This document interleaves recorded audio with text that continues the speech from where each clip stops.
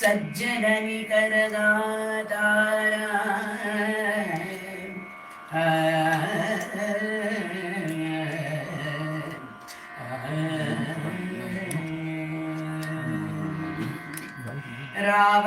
ರಾವಣಾಸುರಮಥನ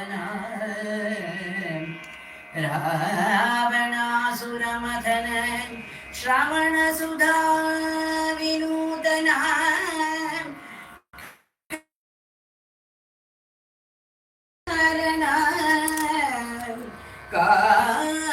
ಕಾವುದು ಆನತ ಜನಮ ಕಾವುದು ಆನತ ಜಗವ ಗದುಗಿದ ವೀರನಾರಾಯಣ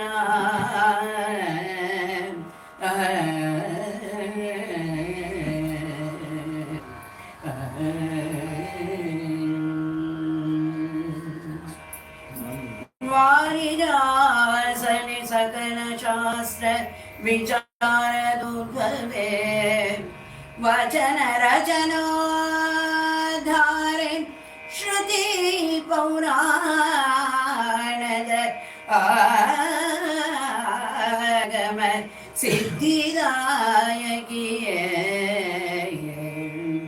ಶೌರಿ ಸುರಪತಿ ಸಕಲ ಮುನಿಜನ ಸೂರಿಗಳಿಗೆ ಅನುಪಮದ ಯುಕುತಿಯೇ ಶಾರದೆ ಶಾರದೆ ನರ್ತಿಸುಗೆ ನಲಿದೋ ಒಲಿದೋ ನಲಿದೋ ನೇದೋ ಎನ್ನ ಜಿಹ್ವೆಯಲೇ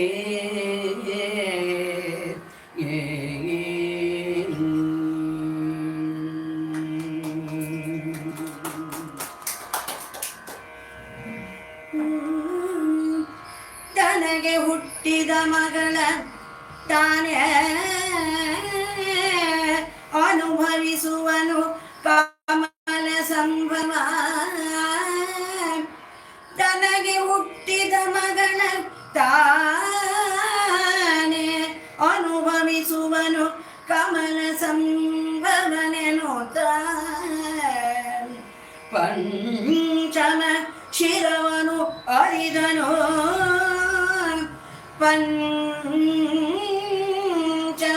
ಶಿರವನು ಅರಿದನು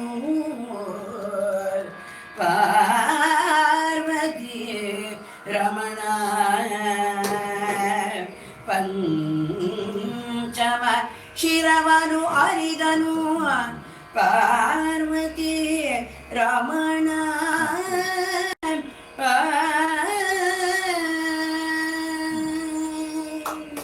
ಶ್ರೀ ಗುರುಭ್ಯೋ ನಮಃ. ಹರಿ ಓಂ. ಇಂದಿನಿಂದ ಆರಂಭವಾಗಿ ಮುಂದಿನ 5-6 ಶನಿವಾರಗಳು ವಾಚನಕ್ಕೆ ಮತ್ತು ವ್ಯಾಖ್ಯಾನಕ್ಕೆ ಆಯ್ಕೆ ಮಾಡಿಕೊಂಡಿರುವ ಕಾವ್ಯ ಭಾಗ ಶಿವನ ಭಿಕ್ಷಾಟನೆ. ಈ ಕವಿ ಅಜ್ಞಾತ ಅಂದರೆ ನಮಗೆ ಗೊತ್ತಿಲ್ಲ. ಅವನು ಎಲ್ಲೂ ಕಾವ್ಯದಲ್ಲಿ ತನ್ನ ಹೆಸರನ್ನು ಹೇಳ್ಕೊಂಡಿಲ್ಲ. ಆದರೆ ಈ ಕಾವ್ಯವನ್ನು ಓದ್ತಾ ಹೋದರೆ, ಆ ಷಟ್ಪದಿಗಳನ್ನು ಮೆಲುಕಾಗ್ತಾ ಹೋದರೆ ಕುಮಾರವ್ಯಾಸನ ಇನ್ಫ್ಲೂಯೆನ್ಸ್ ಎಷ್ಟಿದೆ ಅನ್ನೋದು ನಮಗೆ ಅರ್ಥವಾಗುತ್ತೆ. ಇರಲಿ, ಹೆಸರು ಹೇಳ್ಕೊಂಡಿಲ್ಲ, ಆದರೆ ಹೆಸರು ಹೇಳ್ಕೊಂಡು ಪ್ರಸಿದ್ಧಿ ಪಡೆದಿರೋರು ಕುಮಾರವ್ಯಾಸನ ಸ್ಮರಣೆ ಮಾಡಿಲ್ಲ. ಹೆಚ್ಚು ಕಡಿಮೆ ನನ್ನ ಪರಿಮಿತ ತಿಳುವಳಿಕೆಯಲ್ಲಿ ಹೇಳೋದಾದರೆ, ಇಲ್ಲಿವರೆಗೆ ಕೇಂದ್ರ ಸಾಹಿತ್ಯ ಅಕಾಡೆಮಿ ಪ್ರಶಸ್ತಿ ಗಳಿಸಿರ್ತಕ್ಕಂತಹ ಎಲ್ಲ ಸಾಹಿತಿಗಳು ಕುಮಾರವ್ಯಾಸನ ಇನ್ಫ್ಲೂಯೆನ್ಸ್ ಇದೆ. ಎಸ್.ಎಲ್. ಭೈರಪ್ಪನವರಿಂದ ಹಿಡಿದು ಸ್ವಲ್ಪ ಲೆಫ್ಟಿಸ್ಟ್ ಥಾಟ್ ಇಟ್ಕೊಂಡಿರ್ತಕ್ಕಂಥ ಯಶವಂತ್ ಚಿತ್ತಾಲರವರೆಗೆ ಎಲ್ಲರ ಕಾದಂಬರಿ ಕಾವ್ಯದಲ್ಲೂ ಕುಮಾರವ್ಯಾಸನ ಇನ್ಫ್ಲೂಯೆನ್ಸ್ ಇದೆ. ಆ ಸ್ಟೋರಿ ಟೆಲ್ಲಿಂಗ್ ಟೆಕ್ನಿಕ್ ಏನಿದೆ, ಆಮೇಲೆ ಫಸ್ಟ್ ಪರ್ಸನ್ ಸಿಂಗಿಲ್ ಡಿಟೆಕ್ಟಿವ್ ಮೆಥಡ್, ಈ ಎಲ್ಲ ತಂತ್ರಗಳನ್ನು ಕುಮಾರವ್ಯಾಸನಿಂದಾನೆ ನೇರವಾಗಿ ಅದರವ್ರು ಯಾರು ಕುಮಾರವ್ಯಾಸನ ಸ್ಮರಣೆ ಮಾಡಿದ್ರು. ಅವ್ರಿಗೆ ಬಂದಿರೋ ಪ್ರಶಸ್ತಿ ಅವ್ರಿಗಲ್ಲ, ಕುಮಾರವ್ಯಾಸನಿಗೆ ಸಂದಾಯವಾಗಿ. ವಿಶೇಷವಾಗಿ ಎಸ್ ಎಲ್ ಭೈರಪ್ಪನವರ ಅನ್ವೇಷಣೆ, ಆವರಣ ಎಲ್ಲವೂ ಕುಮಾರವ್ಯಾಸನ ಇನ್ಫ್ಲೂಯೆನ್ಸ್. ಅವರು ಮುಂಚೆ ಎಸ್ ಎಲ್ ಭೈರಪ್ಪನವರು ಕುಮಾರವ್ಯಾಸನಿಗೆ ವ್ಯಾಖ್ಯಾನ ಮಾಡ್ತಿದ್ದರು, ಅವರೇ ಹಾಡಿಕೊಂಡು ವ್ಯಾಖ್ಯಾನ ಮಾಡ್ತಿದ್ದವರು. ಆ ಮೂಲಕ ಸಂಗ್ರಹವಾಗುವ ಹಣದಿಂದ ಅವರ ಶಿಕ್ಷಣಕ್ಕೆ ಮತ್ತು ಮನೆ ವ್ಯವಸ್ಥೆ ವರ್ಷವೆಲ್ಲ ದವಸ ಧಾನ್ಯಗಳು ಸಿಗ್ತಾ ಇತ್ತು. ಸುಗ್ಗಿ ಕಾಲದಲ್ಲಿ ಸಂಕ್ರಾಂತಿ ಟೈಮಲ್ಲಿ ಒಂದು ತಿಂಗಳು ಪೂರ್ತಿ ಹಳ್ಳಿಗಳಲ್ಲಿ ಎಸ್ ಎಲ್ ಭೈರಪ್ಪನವರು ತಾವೇ ಕಾವ್ಯ ವಾಚನ ಮಾಡ್ಕೊಂಡು ವ್ಯಾಖ್ಯಾನ ಮಾಡ್ತಾ ಇದ್ರು. ಈ ತರಹದ ಕಾವ್ಯಗಳು ಕೇಳಿಕೊಂಡ್ರೆ ಸುಮ್ಮನೆ ಎಲ್ಲ ಕಡೆ ಕಿಲ್ಲತ್ತು ಪದಕಗಳು ಗರಿಗರಿ ಶಾಲು ಎಲ್ಲ ಹೊತ್ಕೊಂಡು ಸನ್ಮಾನ ಮಾಡಿಸ್ಕೊಳ್ಳೋರನ್ನು ನೋಡಿದಾಗ ಕುಮಾರವ್ಯಾಸ ಎಷ್ಟು ಗ್ರೇಟ್. ಒಂದು ಕತೆ ಪದ್ಯ ಬಟ್ಟೆ ಉಟ್ಕೊಂಡು ಬರೀತಿದ್ದ ಅಂತ, ಅದೇನು ಅಷ್ಟೊಂದು ಸಮಂಜಸವಾಗಿ ಇಲ್ಲ ಆ ಕತೆ. ಅದು ಯಾರೋ ಅದನ್ನು ಸೇರಿಸಿದ್ದಾರೆ, ಸಮಂಜಸವಾದ ರೀತಿಯಲ್ಲಿ ಇಲ್ಲ. ಇಡೀ ಕಾವ್ಯವನ್ನು ಓದಿದಾಗ ನಮ್ಮ ಗುರುಗಳು ಕುಮಾರವ್ಯಾಸ ಭಾರತಕ್ಕೆ ಒಂದು ಸಮಗ್ರ ವಿಮರ್ಶೆ ಬರೆದಿದ್ದಾರೆ. ಕರ್ನಾಟಕ ಭಾರತ ಸೂತ್ರಧಾರ ಅಂತ ಪುಸ್ತಕ ಮೈಸೂರು ಯೂನಿವರ್ಸಿಟಿನಲ್ಲಿ ಟೆಕ್ಸ್ಟ್ ಬುಕ್ ಆಗಿದೆ. CR ಶ್ರೀನಿವಾಸ ಅಯ್ಯಂಗಾರ್. ಹಾಗೆ ದೇವುಡು ನರಸಿಂಹಶಾಸ್ತ್ರಿಗಳ ಮಹಾಕ್ಷತ್ರಿಯ ಕಾದಂಬರಿಗೂ ಒಂದು ಅದ್ಭುತವಾದ ವಿಮರ್ಶೆಯನ್ನು ಬರೆದಿದ್ದಾರೆ. ಅದು ಪ್ರಾರಂಭದ ಮುದ್ರಣಗಳಲ್ಲಿ ಸಿಕ್ಕಿತ್ತಿಲ್ಲ. ಇತ್ತೀಚೆಗೆ ಅವ್ರ ಮಗ ಗಂಗಾಧರ್ಮ ದೇವುಡು ಪಬ್ಲಿಷ್ ಮಾಡಿರುವ ಮಹಾಕ್ಷತ್ರಿಯದಲ್ಲಿ ಅವರು ಪ್ರಬುದ್ಧ ಕರ್ನಾಟಕದಲ್ಲಿ ಬರೆದಿದ್ದಂತಹ ಒಂದು ಏನು ಬರೆದಿದ್ರು ಅದನ್ನು ಮುನ್ನುಡಿಯಾಗಿ ಆ ಪುಸ್ತಕದಲ್ಲಿ ಸೇರಿಸಿದ್ದಾರೆ. ಆಸಕ್ತಿ ಇರೋರು ಓದ್ಬೋದು. ಕರ್ನಾಟಕ ಭಾರತ ಸೂತ್ರಧಾರ ಅನ್ನೋದಂತೂ ಅದ್ಭುತವಾದ ವಿಶ್ಲೇಷಣೆ ಕುಮಾರವ್ಯಾಸ ಭಾರತಿ. ಇಲ್ಲಿ ಈ ಕಾವ್ಯದ ಹಿನ್ನೆಲೆಯನ್ನು ಹೇಳುವುದಾದ್ರೆ, ದೇವಾನು ದೇವತೆಗಳ ಜನನ ಎಲ್ಲ ಏನಿದೆ ಅವೆಲ್ಲ ಅಯೋನಿಜ ಜನ್ಮಗಳು. ಮಾನುಷ ಸಹಜವಾದ ಗರ್ಭಾವಾಸ ಆಗಲಿ, ಹೆಣ್ಣು ಗಂಡಿನ ಸಂಸರ್ಗದಿಂದ ಉಂಟಾಗ್ತಕ್ಕಂತಹ ಕ್ರಿಯೆಗಳು ಯಾವುದುವೆ ಅದರಲ್ಲಿ ಬರೋದು. ನಾರಾಯಣ ಅವನ ನಾಭಿಯಿಂದ ಕಮಲದ ಮೇಲೆ ಕುಳಿತು ಹುಟ್ಟು ಬಂದವನೇ ನಮ್ಮ ನಾರಾಯಣನ ಅನುಜ್ಞೆಯಲ್ಲಿ ಆಜ್ಞೆಯಲ್ಲಿ ಇಡೀ ಜಗತ್ತನ್ನು ಸೃಷ್ಟಿ ಮಾಡ್ತಾನೆ. ಬ್ರಹ್ಮನಿಗೆ ಪ್ರಾರಂಭದಲ್ಲಿ ಅವನು 5 ತಲೆ ಇತ್ತು. 5 ತಲೆ ಇದ್ದಿದ್ದ 4 ತಲೆ ಬ್ರಹ್ಮ ಹೇಗಾದ ಅನ್ನುವ ಕಥಾ ಪ್ರಸಂಗ ಇಲ್ಲಿ. ಆ ಬ್ರಹ್ಮ ಸೃಷ್ಟಿ ಮಾಡ್ತಾ ಮಾಡ್ತಾ ಮಾಡ್ತಾ ಸರಸ್ವತಿನ ಸೃಷ್ಟಿ ಮಾಡಿ ಬಚ್ಚಿಟ್ನಂತೆ, ಯಾರು ಬೇರೆಯವರು ಕಾಣಬಾರ್ದು. ಅಲ್ಲಿಯವರೆಗೆ ತನ್ನ ಸೃಷ್ಟಿ ಸಾಮರ್ಥ್ಯದ ಎಲ್ಲ ತನ್ನ ಎಕ್ಸಲೆನ್ಸಿ ಏನಿತ್ತು ಅದೆಲ್ಲವನ್ನು ದಾರೆ ಎರೆದು ಸರಸ್ವತಿನ ಸೃಷ್ಟಿ ಮಾಡ್ದ. ಅದನ್ನ ಬೇರೆ ಯಾರಿಗೋ ಕೊಡೋದಕ್ಕೆ ಇಷ್ಟ ಇಲ್ಲ ಅಂತ ಹೇಳಿ ತಾನೇ ತನ್ನ ಪತ್ನಿಯಾಗಿ ಸ್ವೀಕರಿಸಿದ. ಇದು ತಪ್ಪು ಅಂತ ತೀರ್ಮಾನ ಮಾಡಿದ ಶಿವ ಅವನ 5ನೇ ತಲೆಯನ್ನು ತೆಗೆದಾಕ. ಆ 5ನೇ ತಲೆ ಶಿವನ ಕೈಗೆ ಬಂದದ್ದು ಶಿವನ ಕಿರುಬೆರಳಿನ ಮೂಲಕ ಅದನ್ನು ತೆಗೆದ ಅಂತ ಕಥಾಭಾಗಗಳಲ್ಲಿ ಪ್ರಸ್ತಾಪವಾಗುತ್ತೆ. ಒಂದು ಕೈಗೆ ಅಂಟ್ಕೊಂಡ್ಬಿಡ್ತು ಕಪಾಲ ಪಾತ್ರೆಯಾಗಿ. ಆ ಕಪಾಲ ಪಾತ್ರೆ ಸಾಕ್ಷಾತ್ ಪಾರ್ವತೀ ದೇವಿ ಗಿರಿಜಾದೇವಿ ಭಿಕ್ಷೆಯನ್ನು ಶಿವನಿಗೆ ನೀಡಿದಾಗ ಆ ಕಪಾಲ ಪಾತ್ರೆಗೆ ಹಾಕಿದಾಗ ಆ ಕೈಯಿಂದ ಬಿಡುಗಡೆ ಹೊಂದಿತ್ತು ಅಂತ ಕಥಾಭಾಗ. ಆ ಕಥಾಭಾಗನ ಇಟ್ಟುಕೊಂಡು ಬಹಳ ಸುಂದರವಾಗಿ ಸರಳವಾದ ಷಟ್ಪದಿಯಲ್ಲಿ ಕವಿ ರಚನೆ ಮಾಡಿದ್ದಾರೆ. ನನಗೇನು ಕೆಲಸ ಇಲ್ಲ ಇಲ್ಲಿ. ಮೇಡಮ್ನವರಂತೂ ಅದ್ಭುತವಾಗಿ ಹಾಡ್ತಾರೆ. ಪ್ರಜಾವಾಣಿ ಪೇಪರ್ ತರಿಸ್ಕೊಟ್ಟು ಹಾಡ್ಬಿಡ್ತಾರೆ. ನಾನು ಸುಮ್ಮನೆ ಕೂತ್ಕೊಂಡಿದ್ದೀನಿ ಇಲ್ಲಿ, ಅದಕ್ಕೆ 1 ಚೇರ್ ಬೇಡ ಅಂತ 2 ಚೇರ್ ಹಾಕೊಂಡು ಕೂತಿದ್ದೀನಿ. ಆ ಕೆಲಸ ಅಷ್ಟೇ ಮಾಡ್ತೀನಿ ನಾನು. ಇಲ್ಲಿ ಒಂದು ವಿಷಯ, ಒಂದು ಕಥೆಯ ಹಿನ್ನೆಲೆಯಲ್ಲಿ ಯೋಚನೆ ಮಾಡುವುದಾದ್ರೆ ಧರ್ಮ ಕರ್ಮ ಸಂಯೋಗ ಅಂತ ನಮ್ಮ ಮಾತು ಹೇಳ್ತಾರೆ. ಕರ್ಮ ರಿಟರ್ನ್ಸ್, ಕರ್ಮ ಬ್ಯಾಕ್ ಒನ್ಸ್ ಅಗೇನ್ ಬರುತ್ತೆ. ಅದು ಅದಕ್ಕೆ ಕೊಡಬೇಕಾದ ಕಾಣಿಕೆ ಕೊಡಬೇಕು. ಅವನು ತಪ್ಪು ಮಾಡಿದಾನೆ ಅಂತ ನೀನು ತಪ್ಪು ಮಾಡಬೇಡ. ಅವನು ತಪ್ಪು ಮಾಡಿದ್ದಕ್ಕೆ ಅವನು ಅನುಭವಿಸ್ತಾನೆ, ನೀ ತಪ್ಪು ಮಾಡಿದ್ರೆ ನೀನು ಅನುಭವಿಸ್ಬೇಕಾಗುತ್ತೆ. ಬ್ರಹ್ಮ ಮಾಡಿದ ತಪ್ಪು, ತಾನೇ ಸೃಷ್ಟಿ ಮಾಡಿದಂತಹ ಸರಸ್ವತಿಯನ್ನ ತಾನೇ ತನ್ನ ಅನುಭವಕ್ಕೆ ಇಟ್ಟುಕೊಂಡಿದ್ದು ಬಹಳ ತಪ್ಪು ಇಲ್ಲಿ ಹೇಳಬಹುದು ಅಂತ ಅನ್ಸುತ್ತೆ. ನಮ್ಮ ಕಡೆ ಅಂದರೆ ಹಾಸನ ಸುತ್ತಮುತ್ತ ಜಾನಪದೀಯ ಭಾಷೆಯಲ್ಲಿ ನಮ್ಮನೆ ಸಣ್ಣ ಭತ್ತ ಬೇರೆ ಯಾರಿಗೋ ಕೊಟ್ಟು ದಪ್ಪಕ್ಕಿ ಅನ್ನತ್ತಿ ಉಣ್ಣೋದು ಯಾಕೆ? ದಪ್ಪಕ್ಕಿ ಬೋನ ಉಣ್ಣೋದು ಯಾಕೆ? ನಮ್ಮನೆ ಸಣ್ಣಕ್ಕಿ ಬೋನ ಬಿಟ್ಟು ಬೇರೆಯವ್ರ ಮನೆ ದಪ್ಪಕ್ಕಿ ಬೋನ ಉಣ್ಣೋದು ಯಾಕೆ ಅಂತ ಒಂದು ಗಾದೆ ನಮ್ಮ ವಿಚಲಿತವಾಗಿರೋ ಗಾದೆ. ಆ ರೀತಿ ನೀನೇ ನಿನ್ನ ಕಾರಣದಿಂದಲೇ ಅವತರಿಸಿ ಬಂದಂತ ಸರಸ್ವತಿ ನೀನೇ ಅನುಭವಿಸಿದ್ರೆ ಎಷ್ಟು ಸರಿ ಅದು ನೀ ಮಾಡಿದ ಮುಟ್ಟಾಳ ಕೆಲಸ ಅಂತ ಹೇಳಿ ಶಿವ ತಲೆಯನ್ನು ತೆಗೆದು ಬಿಡ್ತಾನೆ. ಬ್ರಹ್ಮನನ್ನು ನಿವಾರಣೆ ಮಾಡೋಕ್ಕಾಗುದಿಲ್ಲ. ಆದ್ರೆ ಅವನು ಮಾಡಿದ ತಪ್ಪು, ಅವಂತ ತಪ್ಪಿಗೆ ಬ್ರಹ್ಮ ಅನುಭವಿಸ್ಬೇಕಾದ್ದು ಬೇರೆ. ನಾವು ಇವತ್ತು ಅಂತೀವಿ ಬ್ರಹ್ಮೇತಿ ಅಂತ. ಬ್ರಹ್ಮ ಇತಿ ಅದು, ಆ ಬ್ರಹ್ಮೇತಿ ಅನ್ನೋದು ಅಂತ ಬ್ರಹ್ಮೇತಿ ಅಂತ ಬೈಬಿಟ್ಟು ಮಕ್ಕದ ಗಡಿಗೆ ಮಾಡಬೇಕು. ಇನ್ನು ಯಜ್ಞಯಾಗಾದಿಗಳಲ್ಲಿ ಬ್ರಹ್ಮ ಉತ್ತರಮುಖವಾಗಿ, ಯಜ್ಞಕ್ಕೆ ಉತ್ತರಮುಖವಾಗಿ, ಅಧ್ವರ್ಯೋ ದಕ್ಷಿಣಾಭಿಮುಖವಾಗಿ ಅಥವಾ ಆಗ್ನೇಯ ಅಭಿಮುಖವಾಗಿ ಕುಳಿತರೆ ಕರ್ತೃ ಪೂರ್ವಾಭಿಮುಖವಾಗಿ ಕುಳಿತಿದ್ದು. ವಾಯುವ್ಯದಲ್ಲಿ ಅಧ್ವರ್ಯರು ಕೂತ್ಕೋತಾರೆ. ಬ್ರಹ್ಮ ಅಂದರೆ ಉತ್ತರಾಭಿಮುಖವಾಗಿ. ಅವ್ರ ಕೆಲಸ ಏನು ಅಂದರೆ ಸಂಕಲ್ಪ ಮಾಡಿದ ಯಜ್ಞಯಾಗಾದಿಗಳು ಸರಿಯಾಗಿ ಆಗ್ತಿದೆಯೇ ನೋಡ್ಬೇಕು. ಅದು ಏನೂ ಗೊತ್ತಿಲ್ಲದೆ ಕರ್ಕೊಂಡಾಗ ಬ್ರಹ್ಮಸ್ಥಾನ ಕೂರಿಸುವಂಥದ್ದೇ 99 ಪ್ರಸಂಗಗಳಿದೆ. ಅದಕ್ಕೆ ಬಂದಿದ್ದು ಅನ್ಸುತ್ತೆ ಬ್ರಹ್ಮೇತಿ ಅಂತ. ಸುಮ್ಮನೆ ಕುಂದ್ರ ಹೊಡಕ ಬ್ರಹ್ಮೇತಿ ಮಾಡಿದೆ ಅಂತ ಬೈಯೋದು ಇವೆಲ್ಲ ಬಂದಿರುವುದು ಅದೇ ಕಾರಣ. ಇಲ್ಲಿ ಆ ಸುಂದರವಾದ ಪ್ರಸಂಗವನ್ನ ಕವಿ ಕಟ್ಕೊಳ್ತಾನೆ. ನಾನು ಅಲ್ಲಲ್ಲೇ ನನಗೂ ಗೊತ್ತಿಲ್ಲದೆ ತಪ್ಪಾದ್ರೆ, ಯಾಕೆಂದ್ರೆ ಇದು ಶುದ್ಧ ಪ್ರತಿಯನ್ನ ಆಧರಿಸಿ 3-4 ಪ್ರತಿಗಳಿಂದ ಹುಡುಕಿ ತೆಗೆದು ಬರೆದಿದ್ದಾರೆ. ಗೊಂದಲಗಳು ಇದೆ ಕೆಲವು ಕಡೆ, ಕೆಲವು ಪದ ಉಪಯೋಗಿಸಿರೋದು ಹೇಗೆ, ಕೆಲವು ಸಮಾಸ ಪದಗಳು ಎಲ್ಲ ಅದಕ್ಕೂ ಸ್ವಲ್ಪ ವ್ಯತ್ಯಾಸಗಳು ಕಾಣುತ್ತೆ. ಏನು ಸರಿ ಇದೆ, ಒಳ್ಳೆಯದಿದೆ, ಅದನ್ನು ಮಾತ್ರ ನೀವು ಸ್ವೀಕರಿಸಿ ಅಂತ ಹೇಳ್ತಾ ಪ್ರಾರಂಭ. ನನಗೆ ಇವಾಗ ಗುರುಗಳು ಪಕ್ಕ ಕೂತ್ಕೊಂಡಿರೋದು ಭಯ ಆಗ್ತಿದೆ. ಮೊದಲಾಗಿ ನೋಡಿದ ತಕ್ಷಣನೇ ಮೇಡಮ್ ನಮಸ್ಕಾರ ಮಾಡಿದೆ. ನಾನು ನಿಜವಾಗ್ಲೂ ಸ್ವಲ್ಪ ದಿವಸ ಆಗ್ಬಿಟ್ಟಿದೆ. ತುಂಬಾ ಸುಲಭವಾದ ಕಾವ್ಯ ಮಾಡೋ ಅಭ್ಯಾಸ. ಕಾವ್ಯಕ್ಕಿಂತ ಸುಲಭವಾಗಿದೆ ಅದು. ನಿಮ್ಮ ಸಂಕೇತಿಗಳು ವಂಶಕ್ಕೆ ಒಲ್ದಿರೋ ಕಲೆ ಇದೆ. ನಾನು ಇರುವುದನ್ನು ನೇರವಾಗಿ ಹೇಳ್ತಾ ಇದ್ದೀನಿ. ಒಪ್ಪು ಇದ್ರೆ ದಯವಿಟ್ಟು ಕ್ಷಮಿಸ್ಬಿಡಿ. ಇವಾಗಲೇ ಹೇಳ್ಬಿಡ್ತಾ ಇದ್ದೀನಿ ಗುರುಗಳೇ. ಈಗಿನ ವಿದ್ಯಾರ್ಥಿ ಹಾಗೆ ಮಾಡಿ, ಗುರು ಅಂದ್ರೆ ಭಯ ಭಕ್ತಿ ಏನು ಬರಲ್ಲ ಅವಾಗ. ಈಗಿನ ವಿದ್ಯಾರ್ಥಿ ಹಾಗೆ ಮಾಡಿ. ಆಯ್ತು ಎಲ್ಲ ಬ್ರಹ್ಮಲ್ಲ ನಮಗೆ ತುಂಬಾ ಸಂತೋಷ. ಕಲ್ತ್ಕೊಳ್ಳೋಕ್ಕಿಲ್ಲ ನನಗೆ ತುಂಬಾ ಅವಕಾಶ ಆಗುತ್ತೆ ನನಗೆ ನೀವು ಕೊಟ್ಟಿರೋದು ಕಾರ್ಯಕ್ರಮ.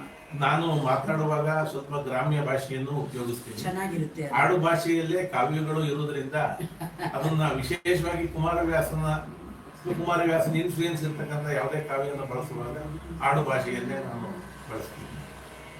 ಇರಿಸು ಮುರುಸು ಅಂದ್ರೆ ಹೇಳಿ ಪರವಾಗಿಲ್ಲ. ನೀವು ಆಡು ಭಾಷೆ ಉಪಯೋಗಿಸಿ ನಾವು ಕುರಿಗಳ ಕೇಳ್ತೀವಿ. ನಮಗನ್ಸುತ್ತೆ ಎಲ್ಲ ನಮ್ಮನೆಗೂ ಬಂದಿದ್ದೇನೋ ಕುಮಾರವ್ಯಾಸ.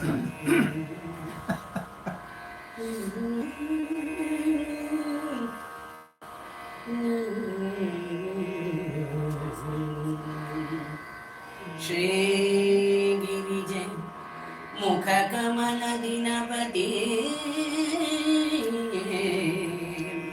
ಶ್ರೀ ಗಿರಿಜೆ ಮುಖ ಕಮಲ ದಿನಪತಿ ಭೋಗಿ ಭೂಷಣ ಭೌತಿಗಾತ್ರನು ನಾಗಚಮ್ಮಾಂಬರನು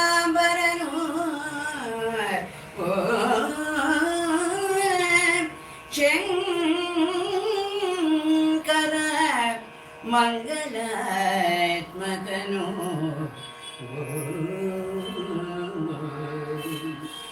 ನಾಗವದನನ ಪಿತನು ಕರುಣಾ ಸಾಗರನು ತ್ರಿಜಗಾಧಿಪನು ನಿಗಮ ಆಗಮ ಅನ್ವಯ ತಿಲಕ ನಿಗಮ ಆಗಮ ಅನ್ವಯ ತಿಲಕ ಮತಿ ಕೊಡು ಯಮಗೆ ಮತಿ ಕೊಡು ಯಮಗೆ ಕರುಣದಲ್ಲಿ ನಿಗಮ ಆಗಮ ಅನ್ವಯ ತಿಲಕ ಮತಿ ಕೊಡು ಕರುಣದಲ್ಲಿ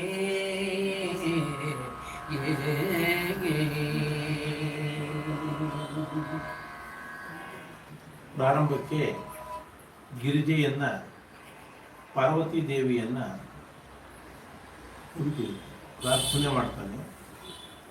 ನಿಗಮಾಗಮಾನ್ವಯ ತಿಲಕ ಕೊಡುಗೆ ಯಮಗೆ. ಕೊಡುಗೆ ಅಂತಂದ್ರೆ ಮತಿಯನ್ನು ಕೊಡುವುದು, ಕೊಡುಗೆಯಾಗಿ ಕೊಟ್ಟು ಪ್ರೆಸೆಂಟೇಷನ್ ಉಡುಗೊರೆಯಾಗಿ ಕೊಟ್ಟು ಬಿಡೋದು. ಅದು ಪೂರ್ತಿ ಸಂಪೂರ್ಣವಾಗಿ ನನ್ನ ಅನುಭವಕ್ಕೆ ಬರುತ್ತದೆ. ಹಾಗಾಗಿ ಮತಿಯನ್ನು ಕೊಡುಗೆಯಾಗಿ ನೀಡುವುದು, ಆಸ್ ಇಫ್ ಗ್ರಾಂಟೆಡ್ ಅನ್ನೋ ರೀತಿ ಕೊಡುವಂತ ಕೇಳ್ಕೊತಾನೆ ಕವಿ. ಬಹಳ ಅವನು ಯಾರು ಅಂದರೆ ಪರಮೇಶ್ವರ ಗಿರಿಜೆ, ತ್ರಿಜಗಾಧಿಪ, ಕರುಣಾಸಾಗರ, ನಾಗವದನ ಪಿತ. ಇಲ್ಲಿ ನಾಗವದನ, ನಾಗಚರ್ಮಾಂಬರ, ಭೋಗಿಭೂಷಣ. ಭೋಗಿ ಅಂದರೆ ಹಾವು, ಅಲಂಕಾರಕ್ಕೆ ಹಾವನ್ನೇ ಹಾರವಾಗಿ ಧರಿಸಿರ್ತಕ್ಕಂಥವನು. ನಾಗಚರ್ಮಾಂಬರ ಅಂತಂದ್ರೆ ವ್ಯಾಘ್ರ ಚರ್ಮ. ನಾಗ ಅನ್ನೋ ಪದಕ್ಕೆ ಅಗ್ನಿ ಅಂತ ಇದೆ, ಇಂದ್ರ ಅಂತ ಇದೆ, ಬೆಂಕಿ ಅಂತ ಇದೆ, ಗಾಳಿ ಅಂತ ಇದೆ, ಸಿಂಹ ಅಂತ ಇದೆ, ಹುಲಿ ಅಂತ ಇದೆ, ಬೇರೆ ಬೇರೆ ಅರ್ಥಗಳಿವೆ. ಭೋಗಿ ಅಂತಂದ್ರೆ ಭೂಮಿಯಿಂದ ಕಾವನ್ನ, ಭೂಮಿ ಕಾದು ಬಿಟ್ಟಾಗ ಭೂಮಿಯ ಕಾವನ ಸಹಿಸಲಾದೆ ಆ ಭೂಮಿಯ ಹುತ್ತದಿಂದ ಹೊರಗಡೆ ಬರ್ತಕ್ಕಂಥ ಜಂತು ಯಾವುದಿದೆ ಅದು ಹಾವು. ಇನ್ನು ಬೇರೆ ಬೇರೆ ಅರ್ಥಗಳು ಇದೆ ಭೋಗಿ ಅನ್ನೋದಕ್ಕೆ. ಇಲ್ಲಿ ನಾಗವದನ ಅಂತಂದ್ರೆ ಗಣೇಶನ ತಂದೆ, ನಾಗಚರ್ಮಾಂಬರ ಅಂತಂದ್ರೆ ವ್ಯಾಘ್ರ ಚರ್ಮವನ್ನು ಧರಿಸಿರ್ತಕ್ಕಂಥವನು, ಶಂಕರ ಮಂಗಳಾತ್ಮಕ. ಯಾಕೆಂದ್ರೆ ಭೋಗಿ ಭೂಷಣ ಭೂತಿಗಾತ್ರ, ಭೂತಿ ಪುರುಷ, ಸ್ಮಶಾನದಲ್ಲಿ ಓಡಾಡ್ತಕ್ಕಂಥವನು ಶಿವ. ದಿಗಂಬರ, ವ್ಯಾಘ್ರ ಚರ್ಮವನ್ನು ಧರಿಸಿದ್ದಾನೆ, ಸ್ಮಶಾನದಲ್ಲಿ ಓಡಾಡ್ತಾನೆ. ಇಷ್ಟೆಲ್ಲ ಆದರೂ ಅವನು ಮಂಗಳಾತ್ಮಕ. ಶಿವನಿಗೆ ಈ ಎಲ್ಲ ಗುಣವಾಚಕಗಳು ಇದೆ. ಜೊತೆಗೆ ಸದ್ಯೋಜಾತ ಅಂತ ಒಂದು ಹೆಸರಿದೆ ಶಿವನ.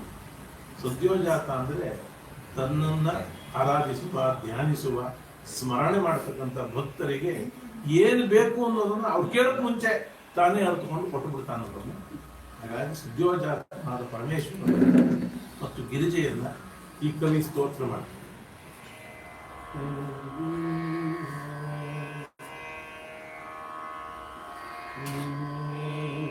ಕರಿಮುಖದ ಗಣನಾಥ, ಕರಿಮುಖದ ಗಣನಾಥ, ಪುಸ್ತಕ ವರಕರಾಜ ವಿಭೂಷ, ಲೋಕೋತ್ತರ ಕುಸು ಪವಿತ್ರ, ಸುಗಾಢ ಹರಿಮಂಗಲ ಮನೋದ್ಭೂತೆ, ನಿರತಿಶಯ ಗುಣ ಮೂಲ ಪರಿಬಂಧುರ ಜಗತ್ರಯಲೋಲೆ, ವಿಶ್ವೇಶ್ವರ ವಿರಂಚಿ ವಿಶಾಲನೆ ಯಮಗೊಲಿಯೆಂದು ಬರದೋನೆ. ಗಣೇಶನನ್ನ ಸ್ತುತಿಯನ್ನು ಮಾಡ್ತಾನೆ. ವಿಶ್ವೇಶ್ವರ ವಿರಂಚಿ ವಿಶಾಲ ರೆಮರ ಒಲಿಗೆಂದು ಬರೆದೋಲೆ. ನನಗೆ ಅನುಗ್ರಹಿಸಿ ಪತ್ರವನ್ನೇ ಬರೆದು ನನಗೆ ಇವರೆಲ್ಲ ವಿರಂಚಿ ಈಶ್ವರ, ಬ್ರಹ್ಮ ಈಶ್ವರ ಇವರೆಲ್ಲ ಪತ್ರವನ್ನೇ ಬರೆದು ನನ್ನನ್ನು ಆರಿಸಿದರು ಅನ್ನುವ ಅರ್ಥವೂ ಬರುವ ಹಾಗೆ ಇದೆ. ವಿಶಾಲ ರಮರು, ವಿಶಾಲ ರಮರ, ಅಮರ ಅಂದರೆ ವಿಶಾಲವಾದಂಥ ಸಮಗ್ರ ದೇವಾನುದೇವತೆಗಳು ಒಲಿಗೆಂದು ಬರೆದೋಲೆ. ಹೇಗೆ ಬೇಕಾದ್ರೂ ಅರ್ಥಿಸ್ತಾರೆ.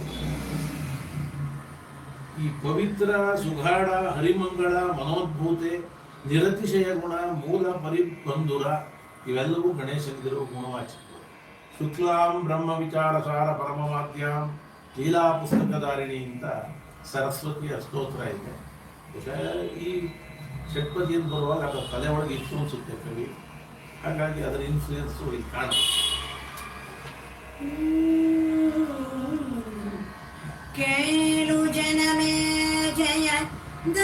ಧರಿತ್ರೀಪಾಲ ನಿಮ್ಮಯ ಪಾಂಡವರು ಹಿಮಜಾಲದತ್ತಲು ನಡೆದರು ಒಡಲಾಸೆಗಳ ಬೀಳ್ಕೊಟ್ಟು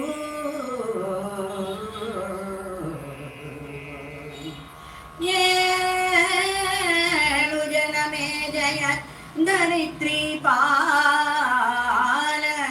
ನಿಮ್ಮಯ ಪಾಂಡವರು ಹಿಮಜಾಲದತ್ತಲು ನಡೆದರು ಒಡಲಾಸೆಗಳ ಬೀಳ್ಕೊಟ್ಟು ಕೇಳು ರಾಜ್ಯವನಾಳುವ ಭೂಪರು ನರಕದಲ್ಲಿ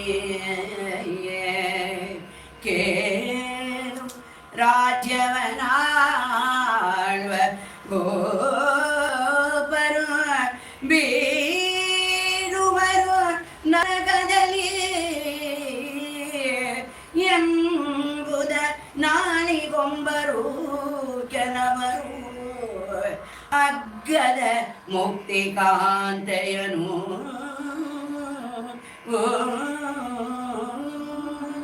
ಇದು ವೈಶಂಪಾಯನ ಮಹಾಮುನಿ ಸರ್ಪಯಾಗ ಸಂದರ್ಭದಲ್ಲಿ ಜನಮೇಜಯನಿಗೆ ಕಥೆಯನ್ನು ಹೇಳುವ ರೀತಿಯಲ್ಲಿ ಈ ಕಾವ್ಯವನ್ನು ಕವಿ ರಚನೆ ಮಾಡಿದ. ಕರ್ನಾಟಕ ಭಾರತ ಕಥಾಮಂಜರಿ ಹೇಗೆ ಮಾತು ಮಾತಿಗೆ ಕೇಳು ಜನಮೇಜಯ ಕೇಳು ಜನಮೇಜಯ ನೀನು ಕೇಳ್ತಾ ಅಲ್ಲೇ ಕೂತಿದ್ದಿಲ್ಲ ಮತ್ತೆ ಯಾಕೆ ಕೇಳು ಕೇಳು ಅಂತ ಕೇಳು ಶ್ರೋತೃಗಳು ಹೇಳಿ ನಮ್ಮಂಥವ್ರು ಹೇಳಿ ಅಂತ ಆ ಕೇಳು ಅನ್ನುವ ಪದವನ್ನ ಈಗ ನಮ್ಗೆ ನಾವೆಲ್ಲರೂ ಮಾಡಿದೀವಿ. ಎಲ್ಲಿಗೆ ಹೋಗಿದ್ವಿ ಎಷ್ಟೊತ್ತು 4 ಗಂಟೆ ತನಕ ಬಂದು ನೀನು 5 ಗಂಟೆ ಆದ್ರೂ ಬರ್ಲಿಲ್ವಲ್ಲ ಎಲ್ಲಿಗೆ ಹೋಗಿದ್ಯೋ ಎಲ್ಲೂ ಹೋಗಿಲ್ಲ ಅಂತ ಹೋಗಿಲ್ಲ ಅಂತ ಅರ್ಥ ಆದ್ರು ಏನ್ ಮಾಡ್ತಿದ್ಯಾ ಏನೂ ಇಲ್ಲ ಏನು ಮಾಡದೇ ಇರೋದು ಏನೋ ಮಾಡ್ತಾ ಇರ್ತಾನೆ ಏನೂ ಇಲ್ಲ. ಈ ಪದಗಳಿಗೆ ನೇರವಾದ ಅರ್ಥವನ್ನು ನಾವು ತೆಗೆದುಕೊಳ್ಳೋದಾಗಿದೆ. ಕೇಳು ಜನಮೇಜಯ ಅಂದ್ರೆ ಕೇಳ್ತಾ ಇದ್ದಾನೆ ಅವನು. ಕೇಳುವುದಷ್ಟೇ ಅಲ್ಲ, ಆ ಕೇಳು ಅನ್ನೋ ಪದಕ್ಕೆ ಕೇಳಿ ಕ್ವಶನ್ ಮಾರ್ಕ್ ಕೇಳಿ ಕೇಳಿ ಅಂದ್ರೆ ಆನಂದ. ಒಂದು ನಡವಳಿಕೆಯಿಂದ ನಮ್ಗೆ ಆನಂದವಾಯಿತು ಕೇಳಿ. ಬೇರೆ ಬೇರೆ ಸಂದರ್ಭದಲ್ಲಿ ಪದ ಅರ್ಥ ಆಗುತ್ತೆ. ಕೇಳು ಅಂದ್ರೆ ಮನಗೊಟ್ಟು ಕೇಳು. ಭೂಮಿಯ ಮೇಲೆ ರಾಜ್ಯವನ್ನಾಳತಕ್ಕಂಥ ರಾಜು ಕೆಲವರು ಪಾಪ ಕೂಪದಲ್ಲಿ ಬಿದ್ದು ಹೋಗ್ತಾರೆ ತಮ್ಮ ನಡವಳಿಕೆ ಕಾರಣದಿಂದ. ಎಲ್ಲೋ ಕೆಲವರು ಮಾತ್ರ ಅಪರೂಪದ ಮುಕ್ತಿ ಕಾಂತಿಯನ್ನ ಅಂದ್ರೆ ಮುಕ್ತಿ ಸಾಯುಜ್ಯವನ್ನು ಹೊಂದುತ್ತಾರೆ. ನಿನ್ನ ಪೂರ್ವಜರು ಅಂದ್ರೆ ನಿನ್ನ ತಂದೆ ಪರೀಕ್ಷಿತ್ ರಾಜ, ಅವನ ತಂದೆ ಧರ್ಮರಾಯಾದಿಗಳು ಹಾಗಿತ್ತಿಲ್ಲ. ಇದು ವನವಾಸ ಸಂದರ್ಭದಲ್ಲಿ ಕಥೆಯನ್ನು ಹೇಳ್ತಾ ಇರಬಹುದು. ವನವಾಸ ಸಂದರ್ಭದಲ್ಲಿ ಹಿಮಾಲಯ ಪರ್ವತದ ಕಡೆಗೆ ಅವರು ಹೋಗ್ತಾ ಇದ್ದಾರೆ. ಅಂದರೆ ಅವರು ಮುಕ್ತಿಕಾಂತಿಯನ್ನ ಬಯಸಿ ಎಲ್ಲರಿಗೂ ಸಿಗುವುದಿಲ್ಲ.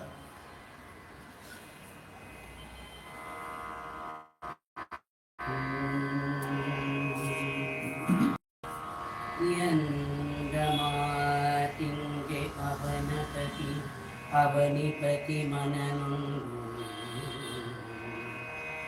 ಎಂದಮಾತಿಂಗೆ ಅವನಪತಿ ಮನನುಂದು ರಾಜಾಂತರದ ಕಡೆಯಲ್ಲಿ ಮೆಂದನರಕದ ಪ್ರಾಪ್ತಿಯೆಂಬುದು ಬಿಡದಲ ಕಡೆಗೆ ಎಂದ ಮಾತಿಂಗ ಅವನಪತಿ ಮನನೋಡು ರಾಜಾಂತರದ ಕಡೆಯಲಿಯೇ ಬೆಂದ ನರಕದ ಪ್ರಾಪ್ತಿಯೆಂಬುದು ಬಿಡದಲ ಕಡೆಗೆ ಸಂದ ಪಾಂಡವರುಗಳ ಚರಿತದೊಳಗು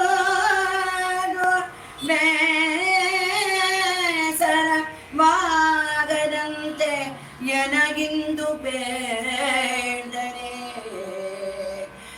ಬಂದ ಪಾಂಡವರುಗಳ ಚರಿತದಳೋದು ಬೇಸರವಾಗದಂತೆ ಎನಗಿದು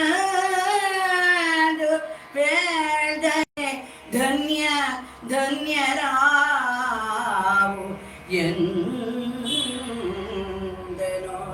ಧನ್ಯರಾವು ಎಂದನು ಮಹೀಪಾಲ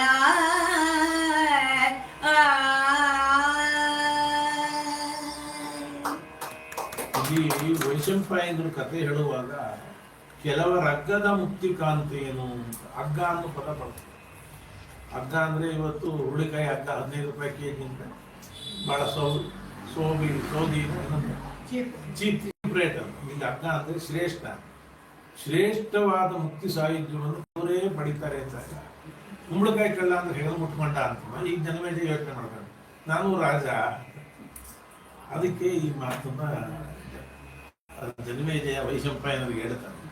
ಅವ ವೈಶಂಪಾಯನರು ಹೇಳಿದ ಮಾತಿಗೆ ಸ್ವಲ್ಪ ಮನಸ್ಸಿನ ನೋವಾಗುತ್ತೆ. ಎಲ್ಲರೂ ಸಿಗೋಲ್ಲ ಅಂದರು, ನಾನು ರಾಜನೇಯ ಹೀಗಾಗುತ್ತಲ್ಲ. ಇದು ರಾಜಾಂತರದ ಕಡೆಯಲ್ಲಿ ಅಂದರೆ ರಾಜನಾಗಿ ನಾನೆಲ್ಲ ಮುಗಿದ ಮೇಲೆ ವಾನಪ್ರಸ್ಥಾಶ್ರಮ ಸನ್ಯಾಸಾಶ್ರಮಕ್ಕೆ ಹೋಗೋ ಕಾಲದಲ್ಲಿ ಬೆಂದ ನರಕದ ಪ್ರಾಪ್ತಿ ಎಂಬುದು ಬಿಡದಲ್ಲ ಆ ಕಡೆಗೆ. ಇಷ್ಟೆಲ್ಲಾದರೂ ಏನೋ ಸಣ್ಣ ತಪ್ಪಾಗ್ಬಿಟ್ರೆ, ತಿಳುವಳಿಕೆ ಇದ್ದವರು ತಪ್ಪು ಮಾಡಿದ್ರೆ ಅದು ಕ್ಷಮೆ ಇದೆ, ತಿಳಿದಿರೋರು ಮಾಡೋ ತಪ್ಪಿಗೆ ಕ್ಷಮೆ ಇಲ್ಲ. ಹಾಗೆ ಇದೇನಾಗುತ್ತೆ, ಹೀಗಾಗುತ್ತಲ್ಲ, ಇವರು ಹೇಳ್ಬಿಟ್ರಲ್ಲ. ಸಂದ ಪಾಂಡವರು ಚರಿತೆಯಲ್ಲಿ ಪಾಂಡವರೆಲ್ಲ ಪುಣ್ಯವನ್ನೇ ಗಳಿಸಿದ್ರು ಅನ್ನೋದು ನನಗೆ ಗೊತ್ತಾಗಿದೆ. ಇಲ್ಲಿ ಬೀಸರವಾಗದಂತೆ, ಬಿಡಸರವಾಗದಂತೆ, ಮೇಡಮ್ನವರು ಬೇಸರವಾಗದಂತೆ, 3 ಅರ್ಥ. ಅಂದರೆ ವಿಶೇಷವಾಗಿ ಇಲ್ಲಿ ಕೊರತೆಯಾಗದಂತೆ, ಯಾವುದೇ ಕೊರತೆಯಾಗದಂತೆ ಮುಕ್ತಿ ಸಾಮ್ರಾಜ್ಯವನ್ನು ಪಡೆಯುವುದಕ್ಕೆ ಎಲ್ಲ ಅರ್ಹತೆಗಳು ಇದ್ದಿದ್ದರಿಂದ ಪಾಂಡವರು ಯಾವುದೇ ಕೊರತೆ ಆಗಲಿಲ್ಲ. ನಮ್ಮ ಬದುಕಿನಲ್ಲೂ ಹಾಗೆ ಆಗದಂತೆ ನಾವು ಸರಿಯಾದ ದಾರಿ ಹೋಗೋದಕ್ಕೂ ನೀವು ಮಾರ್ಗದರ್ಶನ ಮಾಡಿ. ಇಲ್ಲಿ ಕಾವ್ಯವಾಚನ ನಾನು ವ್ಯಾಖ್ಯಾನ ಮಾಡುವಾಗ ನಾನು ತಪ್ಪು ಮಾಡಿದ್ರು ಅದನ್ನ ತಿದ್ದುವ ಅಧಿಕಾರ ನಿಮಗಿದೆ. ದಕ್ಷಿಣಾಮೂರ್ತಿಗಳೇ ಎದುರುಗಡೆ ಕೂತಿರುವಾಗ ನಾವೇನು ಯೋಚನೆ ಮಾಡಬೇಕು, ಈ ಸರಿಯಾಗಿಲ್ಲ ಕಣೆ ನಾ ತಿದ್ಕೊಂಡ್ಬಿಡ್ತೀನಿ. ಆ ಪದ ಇದೆಯಲ್ಲ, ಬೀಸರವಾಗದಂತೆ ಅಂದರೆ ಕೊರತೆಯಾಗದಂತೆ, ಬಿಡಸರವಾಗದಂತೆ ಅಂದರೆ ಅಲ್ಲಲ್ಲೇ ಬಿಟ್ಟು ತುಂಡಾಗಿ ಒಂದು ಸ್ವಲ್ಪ ದಿವಸ ನರಕ ನೋಡ್ಕೊಂಡು ಒಂದು ಸ್ವಲ್ಪ ದಿವಸ ದೊಡ್ಡ ಆ ಥರವೂ ಆಗದಂತೆ ನೀವು ಕಥೆಯನ್ನು ಹೇಳಿದ್ರೆ ನಾವು ಹೇಗೆ ನಡ್ಕೋಬೇಕು ಅನ್ನೋದು ಹೇಳ್ತಾರೆ. ಧನ್ಯರಾಗು, ನಾನು ಧನ್ಯನಾಗ್ತೀನಿ. ಸರಿಯಾದ ಮಾರ್ಗದರ್ಶನವನ್ನು ನೀವು ಮಾಡಿ. ಕಥೆ ಹೇಳೋದು ಅಷ್ಟೇ ಅಲ್ಲ, ನಮಗೂ ಮಾರ್ಗದರ್ಶನ ಮಾಡಿ ಅಂತ ಹೇಳಿ ವೈಶಂಪಾಯನರನ್ನ ಹೇಳ್ತಾ ಇದ್ದಾನೆ ಜನಮೇಜಯ. ಈ ಜನಮೇಜಯ ಅನ್ನೋದನ್ನೇ ಈ ಥೀಸಿಸ್ ಸಬ್ಜೆಕ್ಟ್ ಆಗಿ ಯಾರೋ ಮಾಡ್ತಾ ಇದ್ದಾರೆ ಅನ್ನೋದನ್ನ ಪ್ರಸನ್ನ ಅವರು ಏನು ಕುಮಾರವ್ಯಾಸ ಬರೆದ ಮೇಲ್ಮೇಲೆ ಬರುತ್ತಲ್ಲ, ಕೇಳೋ ಜನಮೇಜಯ. ಆ ಜನಮೇಜಯ ಅನ್ನೋದು ಒಂದು ಸಮಾಸ ಪದವು. ಜನಮೇಜಯ ಒಂದು ಪ್ರಾಪರ್ ಅದನ್ನು ಸಮಾಸ ಪದವಾಗಿ ಇಟ್ಟುಕೊಂಡ್ರೆ ಅದಕ್ಕೆ ಏನೇನು ಅರ್ಥಗಳು ಬರುತ್ತೆ. ಕೇಳು ಜನಮೇಜಯ ಅಂತಂದಾಗ ಒಂದೊಂದು ಕಡೆ ಒಂದೊಂದು ಬೇರೆ ಬೇರೆ ಅರ್ಥಗಳು ಬರುತ್ತೆ, ಬೇರೆ ಬೇರೆ ಸಂದರ್ಭದಲ್ಲಿ ಬೇರೆ ಬೇರೆ ಅರ್ಥಗಳು ಬರುತ್ತೆ. ತುಂಬ ಚೆನ್ನಾಗಿದೆ. ತಿಳುವಳಿಕೆ ಇರೋರು ಮಾರ್ಗದರ್ಶನ ಮಾಡೋರು ಸಿಕ್ಕಿ ನಾವು ಓದೋಣ.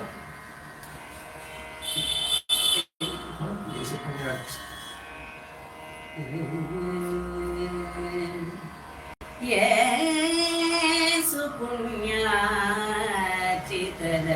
ಫಲವೈ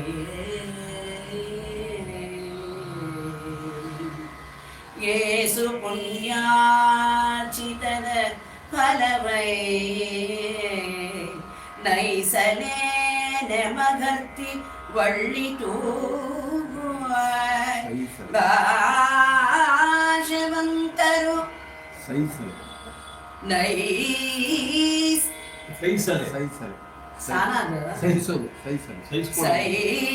ಸೈಸಲೇನೆ ಮಗತ್ತಿ ಒಳ್ಳಿತು ಭಾಷವಂತರು ದೇವತಾ ದರುಶನದ ಸುಕೃತಿಗಳು ವಾಸಿಗೊಂಡಲನು ಸಲ್ಲಿಸಿದರು ದೇವತಾ ದರುಶನದ ಸುಕೃತಿಗಳು ವಾಸಿಗೊಂಡಲದನು ಸಲ್ಲಿಸಿದರು ಕೈಲಾಸ ವಾಸಿಯ ಭಜಕರವರ ವಿಲಾಸ ಪುಣ್ಯವ ಕೇಳು ಕೈಲಾಸವಾಸಿಯ ಭಜಕರವರ ವಿಲಾಸ ಪುಣ್ಯವ ಕೇಳು ಸಮತೆಯಲಿ ನಂದನ ಮುನಿಪ ಎಂದನು ಆ ಮುನಿಪ. ಎಷ್ಟೊಂದು ಪುಣ್ಯದ ಫಲ ನನಗೆ ಈ ಕಥೆಯನ್ನು ನಿಮ್ಮ ಮೂಲಕ ಕೇಳುವಂಥದ್ದಾಗಿದೆ. ಯಮಗರ್ತಿ ಎನಗರ್ತಿ ಒಳ್ಳಿತು. ನಾನು ಕೇಳಿದ್ದಕ್ಕೆ ಒಳ್ಳೆಯದೇ ಆಯಿತು, ಸಹಿಸ್ಕೋಬೇಕು. ನೀವು ಭಾಷೆವಂತರು, ಭಾಷೆಯನ್ನು ಬಲ್ಲವರು, ಮಾತನ್ನು ಬಲ್ಲವರು. ಅಂದರೆ ಆಡು ಮಾತಿಗೆ ತಪ್ಪದಂತೆ ವಚನ ಭ್ರಷ್ಟರಾಗದಂತೆ ಇರತಕ್ಕಂಥವರು. ಇವೆಲ್ಲವೂ ದೇವತಾ ದರ್ಶನದ ಕೃತಿಗಳು, ಭಗವಂತನ ದರ್ಶನದ ಕೃತಿಗಳು. ವಾಸಿಗೊಡಲನು, ಏನಿದು ವಾಸಿಗೊಡಲನು? ಸುಕೃತಿಗಳು ವಾಸಿಗೊಡಲನು ಸರಿಸಿದರು. ಏನಂತ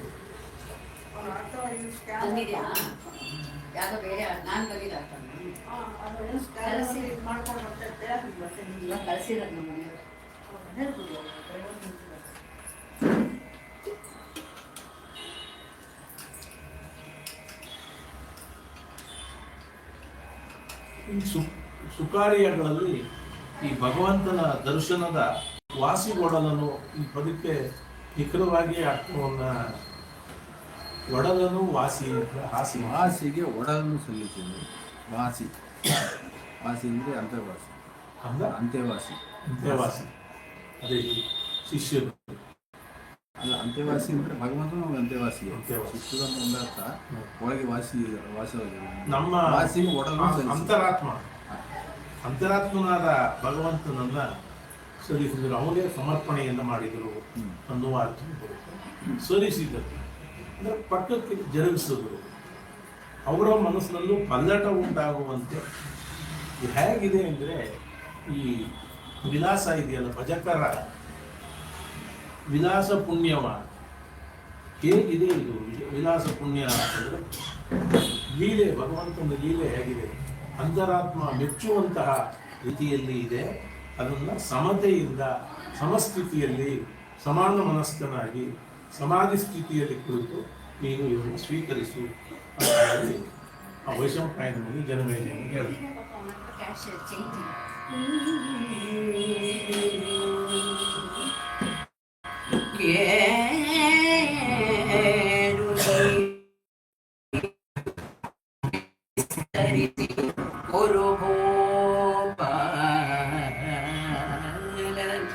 ಕೇಳು ನೀ ವಿಸ್ತರಿಸಿ ಅನುಭೋಗ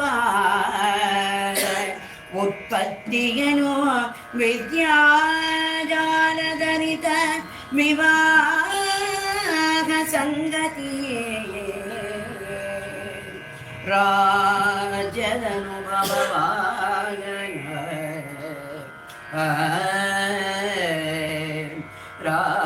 ರಾಜ್ಯದನುಭವವ ಕೇಳು ಜೂಜಿನ ವಿಲಗದ ಅರಣ್ಯಾಲಯದ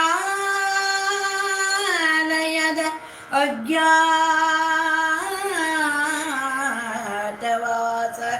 ಕರಾಳ ಕದನದಲ್ಲಿರಿದ ಭಾಷೆಯ ವಾಸಿಗಳ ಸಲ್ಲಿಸಿ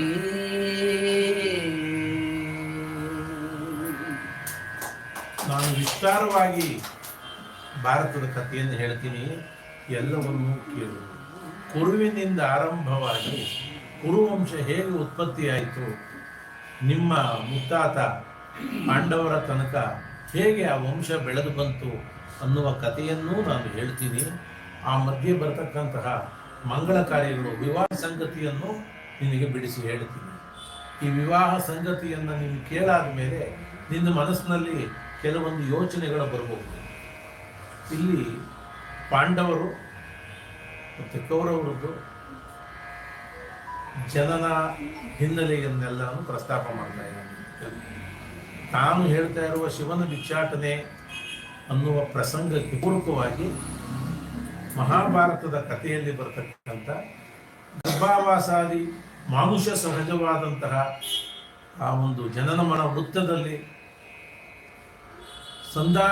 ಸಂದು ಬಂದಂತಹ ಜನನದ ವಿಚಾರವೂ ಬರುತ್ತೆ. ಹಾಗೆ ಅಯೋನಿಜ ಜನ್ಮಗಳ ಬಗ್ಗೆಯೂ ಬರುತ್ತೆ. ಕೀಟ ಜನ್ಮ, ಹಕ್ಕಿ ಪಕ್ಷಿಗಳ ರೂಪ, ಕೃಪಾಚಾರ್ಯ ಮತ್ತು ಕೃಪಿಯ ಜನನ ಸಂದರ್ಭ, ಅಶ್ವತ್ಥಾಮನ ಪ್ರಸಂಗ, ದ್ರೋಣಾಚಾರ್ಯರ ಜನನ ಪ್ರಸಂಗ, ಇದು ಎಲ್ಲವನ್ನು, ಹಾಗೆ ದೃಷ್ಟದ್ಯುಮ್ನ ದ್ರೌಪದಿಯರ ಜನನ ಪ್ರಸಂಗ, ಈ ಎಲ್ಲವನ್ನು ಹೇಳ್ಕೊಂಡು ಬರ್ತಾರೆ. ಕೆಲವು ಯೋನಿಜ ಜನ್ಮ, ಸಹಜವಾಗಿ ಗಂಡು ಹೆಣ್ಣಿನ ಸಮ್ಮಿಲನದಿಂದ ಉಂಟಾಗತಕ್ಕಂತಹ ಗರ್ಭಾವಾಸಾದಿ ಯಾತನೆಗಳನ್ನು, ಆನಂದಗಳನ್ನು, ಆ ಆನಂದ ಮತ್ತು ಯಾತನೆಯ ಸಮ್ಮಿಳಿತವಾದ ಅನುಭವವನ್ನು ಪಡೀತಕ್ಕಂತಹ ಜನ್ಮ. ಇದು ಒಂದರ ಹಿಡಿತ ನಮ್ಮ ಆಧುನಿಕ ವಿಜ್ಞಾನದ ವೈದ್ಯರಿಗೆ ದೊರಕಿಬಿಟ್ಟಿದ್ರೆ ಏನೇನೋ ಅಲ್ಲೋಲ ಮಾಡಬಹುದು. IVF ಮಾಡ್ಬೋದು. IVF ಮೂಲಕ ಸಂತಾನವನ್ನು ಪಡೆಯಬಹುದು.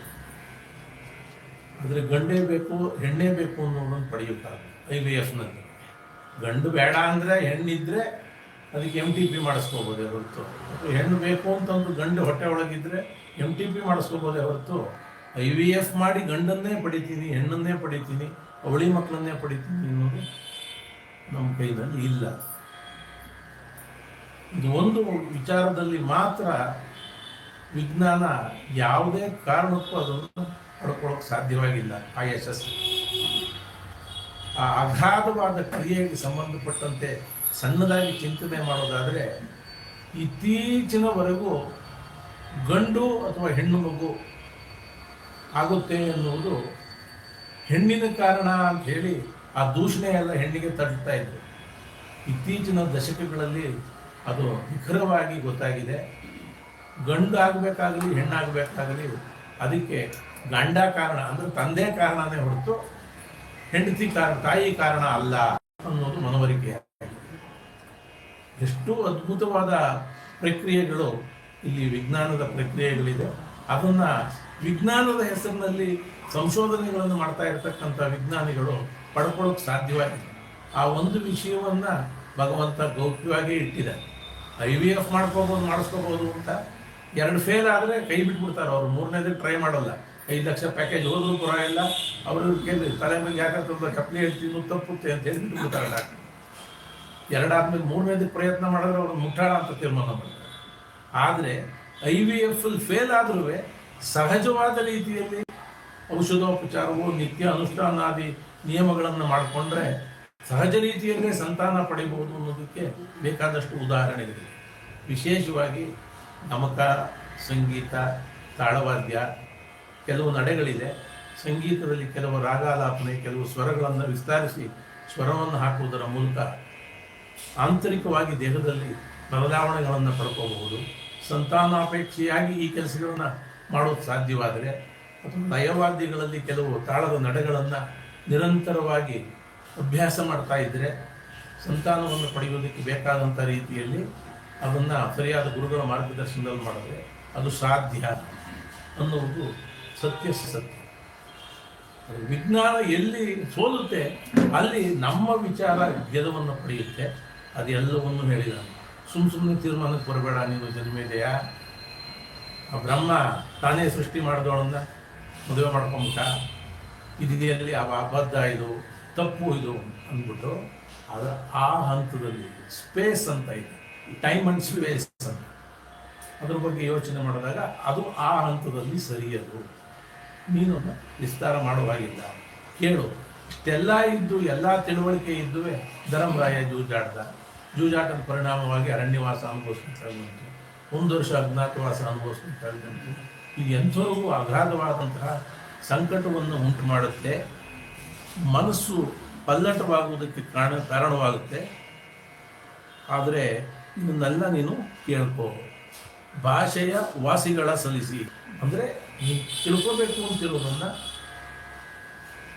ಗುರುವಿನ ಪದ ಸಾಯುಜ್ಯದಲ್ಲಿ ಕುಳಿತು ಕಾಲ ಹತ್ತಿರದಲ್ಲಿ ಕುಳಿತು ಅವರ ಸೇವೆಯನ್ನು ಮಾಡಿ, ಭಗವದ್ಗೀತೆಯಲ್ಲಿ ಕೃಷ್ಣ ಹೇಳುವ ಹಾಗೆ ಪರಿಸೇವೆಯ ಅನ್ನೋ ರೀತಿಯಲ್ಲಿ ಗುರು ಸೇವೆಯನ್ನು ಮಾಡಿ ಅದನ್ನೆಲ್ಲ ಅರ್ಥ ಮಾಡ್ಕೊಂಡಿದ್ದಾರೆ ಅಂತ ಹೇಳಿ ವೈಶಂಪಾಯನರು ಜನಮೇಜಯನಿಗೆ ಮನವರಿಕೆ ಮಾಡಿಕೊಡ್ತಾರೆ.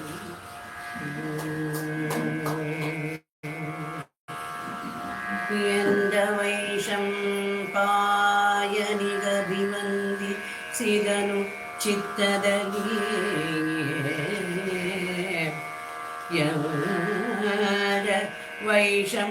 ವೈಶಂಪಾಯನಿಗೆ ಅಭಿವಂದಿಸಿದನು ಚಿತ್ತದಲ್ಲಿ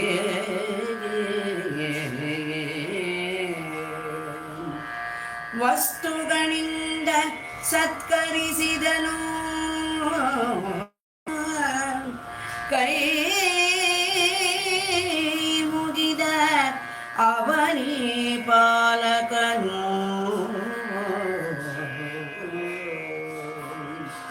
ಅಂದಿನ ಭಾರತದ ಕದನವ ನಿಂದದನು ನೀ ನನಗೆ ಕಡು ಕೃಪೆಯಿಂದ ಕರುಣಿಸಿ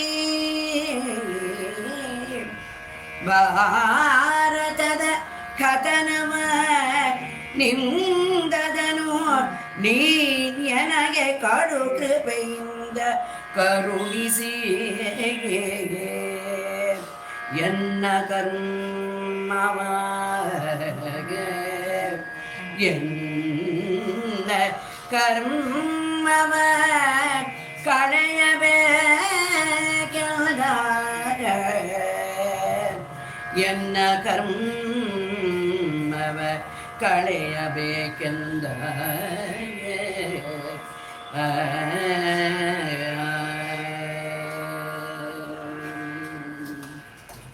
ವೈಶಂಪಾಯನ ಮುನಿನೇ ಹೇಳ್ಬಿಟ್ಟಿದ್ದಾನೆ, ನೀನು ಶಿಷ್ಯನಾಗಿ ನನ್ನ ಶಿಷ್ಯತ್ವವನ್ನು ಸ್ವೀಕರಿಸಿ ಶಿಷ್ಯನಾಗಿಯೇ ಈ ಕಥಾನಕವನ್ನು ಕೇಳಬೇಕು. ಅಶಿಷ್ಯಾಯನ ದೇಯಂ ಅಂತ ಗಣಪತಿ ಅಥರ್ವ ಶೀರ್ಷ ಆಗಲಿ ಯಾವುದೇ ವೇದ ಮಂತ್ರಗಳನ್ನಾಗಲಿ ಶಿಷ್ಯನಲ್ಲದವನಿಗೆ ಕೊಡಬಾರದು. ಯೋ ಯದಿ ಮೋಹ ದಾಸ್ಯತಿ ತಪಾಪೇಯ ಅನ್ನುತ್ತೀವಿ. ಹಾಗೂ ನೀನು ಯಾವುದೋ ಬೇರೆ ದುರಾಸೆಗಳಿಂದ ಇನ್ನೊಂದು ನೀನು ಕೊಡ್ತಕ್ಕಂಥ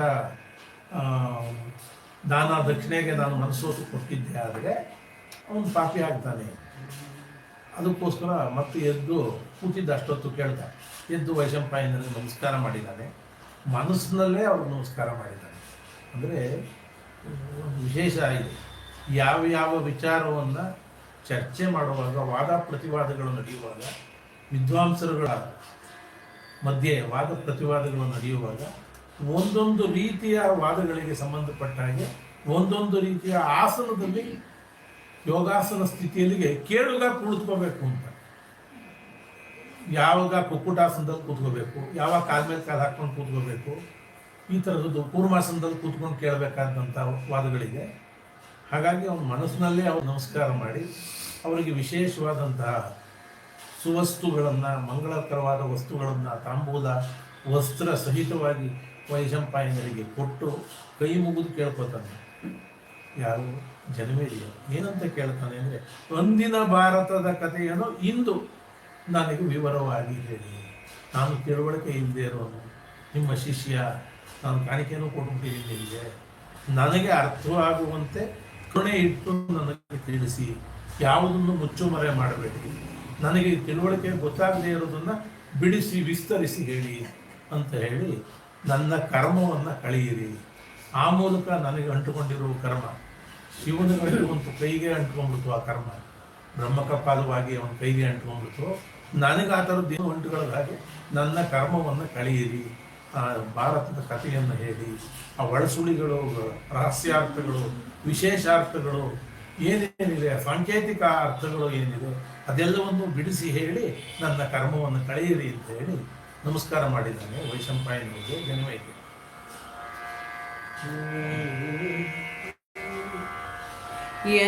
ಭೂಪನ ನುಡಿಯ ಕೇಳಿ ಎಂದ ಭೂಪ ಭೂಪನ ನುಡಿಯ ಕೇಳಿ ಮುನೀಂದ್ರ ಸಂತುಷ್ಟಿಯಲ್ಲಿ ನುಡಿದನು.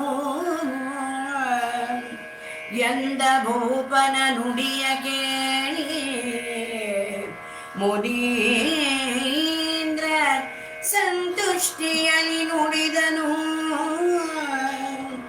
ಇಂದು ಶೇಖರನಾಜ್ಞೆಯಲ್ಲಿ ಸಂಭವಿಪ ಕದನವನು. ಅಂಧಕಾಸುರಮತನ ಪರಮಾನಂದನು ಆತನ ಲೀಲೆಯನು. ನಲವಿಂದ ಪೇಳುವೆ ಕೇಳು ಅಂಧಕಾಸುರ ಮಥನ ಪರಮಾನಂದನ ಆತನ ಲೀಲೆಯನು.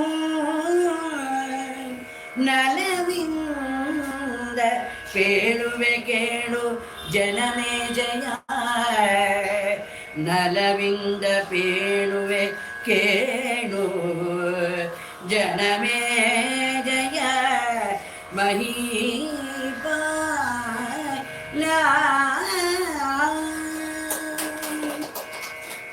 ಹೀಗೆ ನಮಸ್ಕಾರ ಮಾಡಿದಂತಹ ಜನಮೇಜಯನ ಮಾತನ್ನು ಕೇಳಿದಂತಹ ವೈಶಂಪಾಯನ ಮಹಾಮುನಿ ಸಂತುಷ್ಟನಾದ.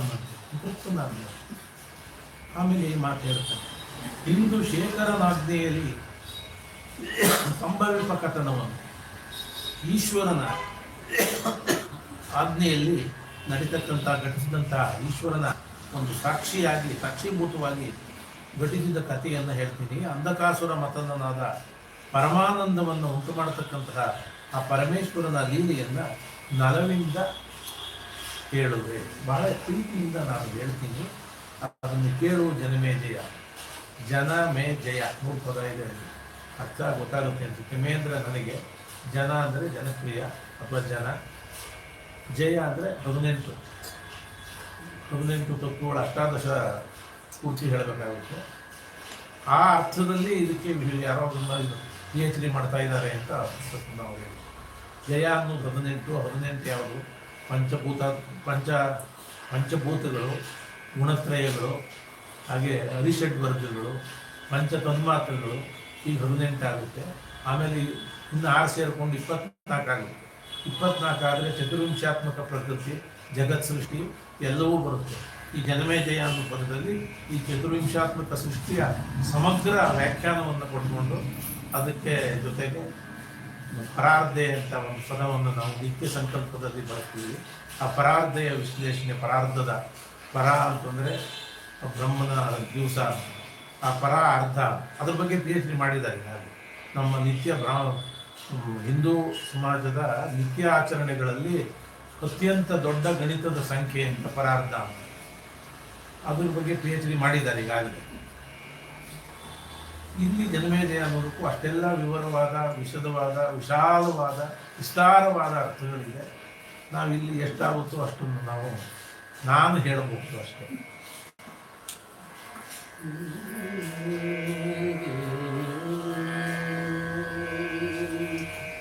ಹಿಂದೆ ಕಮಲಜ ಪುಸ್ತಕದ ಕಥದಿಂದ, ಹಿಂದೆ ಕಮಲಜ ಪುಸ್ತಕದ ಕಥದಿಂದ ಆದುದು ಭಾರತವು. ಮುದದಿಂದ ಶಂಕರ ನಾಗ್ಯಯಲಿ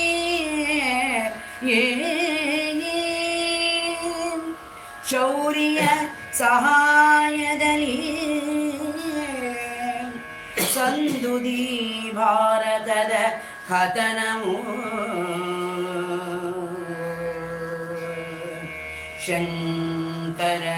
ಶಂಕರನಾಗ್ಯಯಲಿ ಮುದದಿಂದ ಭಾರತವು ಶೌರ್ಯ ಸಹಾಯದಲ್ಲಿ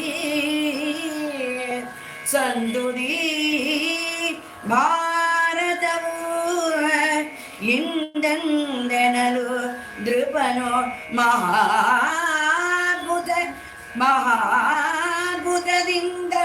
ಅಲನು ತನಗೊರೆಯಬೇಕೆನಲು ಎಂದನು ಆ ಮುನಿಪ. ಈ ಹಿಂದೆ ಕಮಲದಲ್ಲಿ ಹುಟ್ಟಿದಂತಹ ಕಮಲಜ ಅವನ ಕೈನಲ್ಲಿ ಲೀಲೆಯಿಂದ ಪುಸ್ತಕವನ್ನು ಧರಿಸಿದ್ದಾನೆ. ಅದರಿಂದ ಅಂದರೆ ಆ ಕಾರಣದಿಂದ ಈ ಕತೆ, ಭಾರತದ ಕತೆ ನಡೀತು. ಅದಕ್ಕೆ ಮಸ್ತಕ ಇದೆ, ಪುಸ್ತಕ ಕಮಲಜನ ಮಸ್ತಕದ ಕಥದಿಂದ ಬ್ರಹ್ಮನ ತಲೆಯ ಕಾರಣದಿಂದ ಎರಡನ್ನೂ ಹೇಳ್ತೀನಿ. ಮಸ್ತಕ ಅಂತ ಹೇಳಿದ್ರು. ಪುಸ್ತಕನೂ ಸರಿ, ಮಸ್ತಕನೂ ಸರಿ. ಕಮಲಜನಾದ ಬ್ರಹ್ಮನ ತಲೆಯ ಕಾರಣ, 5ನೇ ತಲೆಯ ಕಾರಣದಿಂದ ನಿಂಗೆ ಇದನ್ನೆಲ್ಲ ಹೇಳಬೇಕಾಗಿ ಬಂತು. 5ನೇ ತಲೆಯ ಕಾರಣ, 5ನೇ ತಲೆಯಿಂದ ಬ್ರಹ್ಮ ಕಳ್ಕೋಬೇಕಾಗಿ ಬಂತು. 4 ತಲೆ ಇತ್ತು, 360 ಡಿಗ್ರಿನಲ್ಲಿ ಅದು ಚಲಿಸ್ತಿತ್ತು ದೃಷ್ಟಿಯಲ್ಲೂ. ಈ 5ನೇ ತಲೆ ಇಡೀ ಜಗತ್ತನ್ನೇ ವ್ಯಾಪಿಸಿ 5ನೇ ತಲೆಯಿಂದ ವೀಕ್ಷಣೆ ಮಾಡ್ತಾ ಇದ್ದ. ಜಗತ್ ಸೃಷ್ಟಿಗೆ ಬೇಕಾದ ಪೂರಕವಾದ ರೀತಿಯಲ್ಲೇ ಇತ್ತು. ಶಿವನ ಕಾರಣದಿಂದ ಅದು ಕೈ ತಪ್ಪಿ ಹೋಯಿತು. ಈ ಮಹಾಭಾರತದ ಕಥೆಯೂ ಸಹ ಬ್ರಹ್ಮನ ತಲೆಯಿಂದಲೇ ಇತ್ತು. ಅಂದರೆ ಅವನ ಹಣೆಯ ಬರಹದ ಮೂಲಕನೇ ಈ ಘಟನೆ ನಡೆದಿದ್ದು. ಶಂಕರನ ಆಜ್ಞೆಯಲ್ಲಿ ಶಂಕರೋತಿ ಇತಿ ಶಂಕರ, ಶುಭವನ್ನು ಉಂಟು ಮಾಡತಕ್ಕಂತಹ ಅವನ ಆಜ್ಞೆ. ಶುಭವನ್ನೇ ಜಗತ್ತಿಗೆ ಅವನು ಏನು ಮಾಡಿದ್ರು ಅದರಿಂದ ಶುಭವಾಗುತ್ತೆ. ಅವನ ಕಾಯ ವಾಚ ಮನಸ ಭಗವಂತ ಏನು ಸಂಕಲ್ಪ ಮಾಡೋದು ಅದರಂತೆ ನಡೆಯುತ್ತೆ ಭಗವತ್ ಸಂಕಲ್ಪ. ಜೊತೆಗೆ ಶೌರ್ಯ ಸಹಾಯ. ಶೌರಿ ಅಂತಂದರೆ ಕೃಷ್ಣ, ಶೂರಸೇನನ ಮಗನಾದ ವಸುದೇವನ ಮಗ, ಶೂರಸೇನನ ಮೊಮ್ಮಗ ಶೌರಿ. ಅವನ ಸಹಾಯದಿಂದ ಮಹಾಭಾರತ ಸಂದುದು ನಡೀತು. ಅವನ ಸಹಾಯ ಇಲ್ಲದೇ ಇದ್ದರೆ ಮಹಾಭಾರತದ ಕತೆ ಈಗ ನಾವು ತಿಳ್ಕೊಂಡಿರುವ ರೀತಿಯಲ್ಲಿ ಅಂತ್ಯವಾಗ್ತಾ ಇರ್ತಿಲ್ಲ. ಆ ಕಥೆಯನ್ನು, ಆ ಮಹಾದ್ಭುತವಾದ ಕಥೆಯನ್ನು ನನಗೆ ತಿಳಿಸಿ ಹೇಳು. ಇಲ್ಲಿ ಒರೆಯಬೇಕೆಂದು ಅಂದರೆ ಒಂದು ಚೂರು ಬಿಡದೆ ನೀವು ಕೊಟ್ಟರೆ ಜೋಪಾನವಾಗಿ ನಾನು ಪ್ರತಿಯನ್ನು ಹೇಗೆ ಮಂಡಾಗದ ರೀತಿಯಲ್ಲಿ ಒರೆ ಒಳಗೆ ಇಟ್ಕೊತೀವೋ, ನೀವು ಕೊಟ್ಟರೆ ಅದನ್ನು ಹಾಗೆ ನಾ ಇಟ್ಕೊಳ್ತೀನಿ. ನೀವು ಒರೆಯಬೇಕು ಅಂದರೆ ನನಗೆ ಅರ್ಥ ಆಗುವ ಹಾಗೆ, ನನ್ನ ಮನಸ್ಸಿನಲ್ಲಿ ಅದನ್ನು ನಾನು ಧಾರಣೆ ಮಾಡೋಕ್ಕೆ ಸಾಧ್ಯವಾಗುವ ಹಾಗೆ ನೀನು ಕಥೆಯನ್ನು ಹೇಳು. ಯಾವ ಕಾರಣಕ್ಕೂ ಅದು ನನ್ನ ಬದುಕಿನ ದಾರಿಯಿಂದ ತಪ್ಪಿ ಹೋಗಬಾರ್ದು. ಆ ರೀತಿ ನೀನು ಕಥೆಯನ್ನು ಬಿಡಿಸಿ ಹೇಳು ಅಂತ ಹೇಳಿ ವೈಶಂಪಾಯನರಿಗೆ ನಮಸ್ಕಾರ ಮಾಡ್ತಾ ಇದ್ದಾನೆ. ಮತ್ತೆ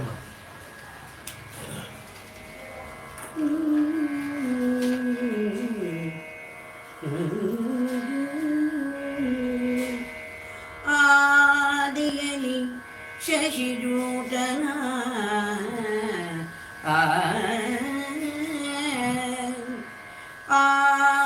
ಆದಿಯಲಿ ಶಶಿಜೂಟನ ನಿಗಮೋದರನ ಕರೆದ ಕಿಲಲೋಕ ವಿಭೇದನವ ಹುಟ್ಟಿಸುವುದನೆ. ಆದಿಯಲಿ ಶಶಿಜೂಟನ ನಿಗಮೋದರನ ಕರೆದ ಕಿಳಲೋಕ ವಿಭೇದನವ ಹುಟ್ಟಿಸುವುದೆನೆ. ಹುಟ್ಟಿಸಿದನು ಈ ಜಗವ ಆದುದಿನ್ನೊಂದದಕ್ಕೆ ದಿಟ ನಾನಾಡದಿ ಕುದಿ ಲೋಕಮೂರೊಳನು ಆದಿರೂಪಿಣಿ ಶಾರದೆ. ಮೂರು ಲೋಕದಿ ಮೂರೊರಳು ಆದಿರೂಪಿಣಿ ಶಾರದೆಯ ನೀ ಸೃಜಿಸಿ ತೋರುವುದು ಒಲಿದು ನೀನಿಂದ.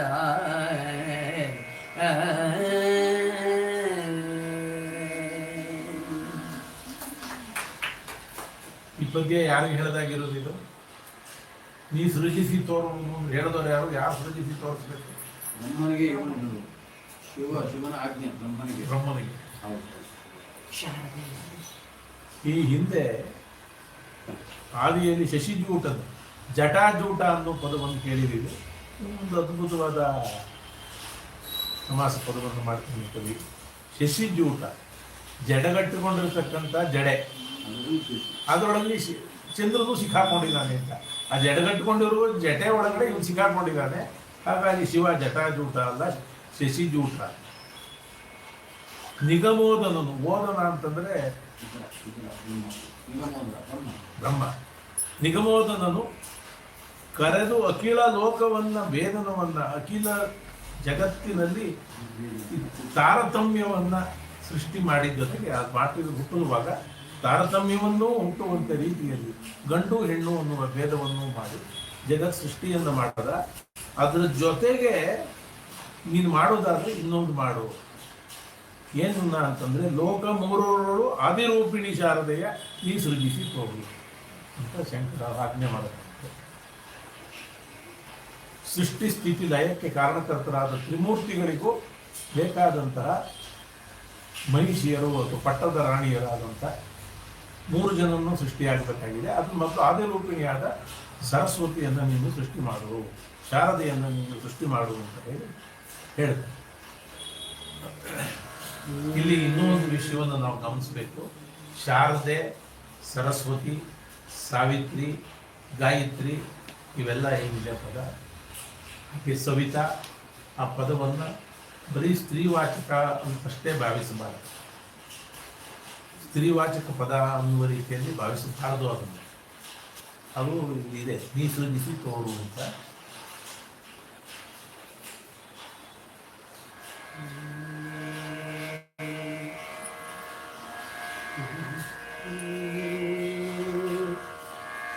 ಎಂದ ಹರನಾಜ್ಞೆಯಲಿ ಹರನೊಲವಿಂದ ಗಂಡ, ಎಂದ ಹರನಾಜ್ಞೆಯಲಿ ಹರನೊಲವಿಂದ ಸುರಗುರುವ ಆನಡದಿಂ ಮುನಿನಿ ಕರವನು ಭರಿಸಿದನು ಬೇಗದಲ್ಲಿ.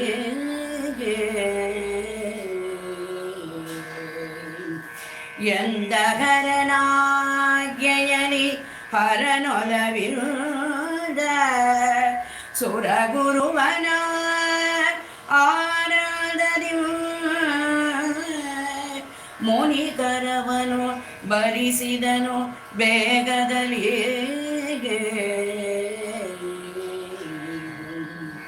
ಸಂಘಮುಖ ಸಂಭಾರಗಳ ನರಳಿಂದ ಭವತರಿಸಿದನು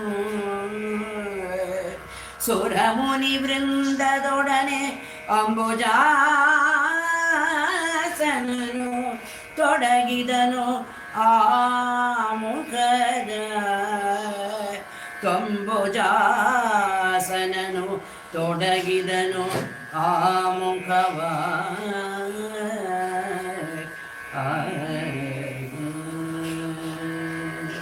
ಇಲ್ಲಿ ಕೆಲವು ಪದಗಳಿಗೆ ವಿಶೇಷವಾದ ಅರ್ಥ ಇದೆ. ಒಂದು ಗುಣಿತಾಕ್ಷರ ವ್ಯತ್ಯಾಸ ಆದ್ರೂ ಅರ್ಥ ವ್ಯತ್ಯಾಸ ಆಗಿದೆ. ಪ್ರಿಂಟಿಂಗ್ ಮೇಳದಲ್ಲಿ ಅದು ಮುಖವ ಅಂತ ಅಲ್ಲ, ಮಖವ ಅಂತ ಆಗಬೇಕು. ಮಖ ಅಂತಂದ್ರೆ ಯಜ್ಞ. ಹೇಗೆ ಅಂದರೆ ನಾವು ಯಜ್ಞೋಪವೀತ ಧಾರಣೆ ಮಾಡೋದು ಒಂದು ಯಜ್ಞ ಕ್ರಿಯೆ. ಯಾವುದೇ ಧಾರ್ಮಿಕ ಕ್ರಿಯೆಗಳಲ್ಲಿ ಮಂತ್ರಪೂರಿತವಾದ, ಮಂತ್ರಶುದ್ಧವಾಗಿ, ಮಂತ್ರಸಹಿತವಾಗಿ ನಡೀತಕ್ಕಂಥ ಪ್ರತಿಯೊಂದು ಧಾರ್ಮಿಕ ಕ್ರಿಯೆಯೂ ಅದು ಯಜ್ಞ. ಇಲ್ಲಿ ಮಖ ಅಂತಂದರೆ ತೊಡಗಿದನ ಮಖವ ಅಂದರೆ ಶಾರದೆಯನ್ನು ಸೃಷ್ಟಿ ಮಾಡುವ ಉದ್ಯಮಕ್ಕೆ ಬ್ರಹ್ಮ ಸಿದ್ಧತೆ ಮಾಡಿಕೊಂಡ. ಹೇಗೆ ಎಂದು ಹರನಾಜ್ಞೆಯಲ್ಲಿ ಹರನೊಲವಿಂದ ಒಂದು ಸುರಗುರುವ ಆನಂದದಿ ಮುನಿಕರವನ್ನು ಭರಿಸಿದನು.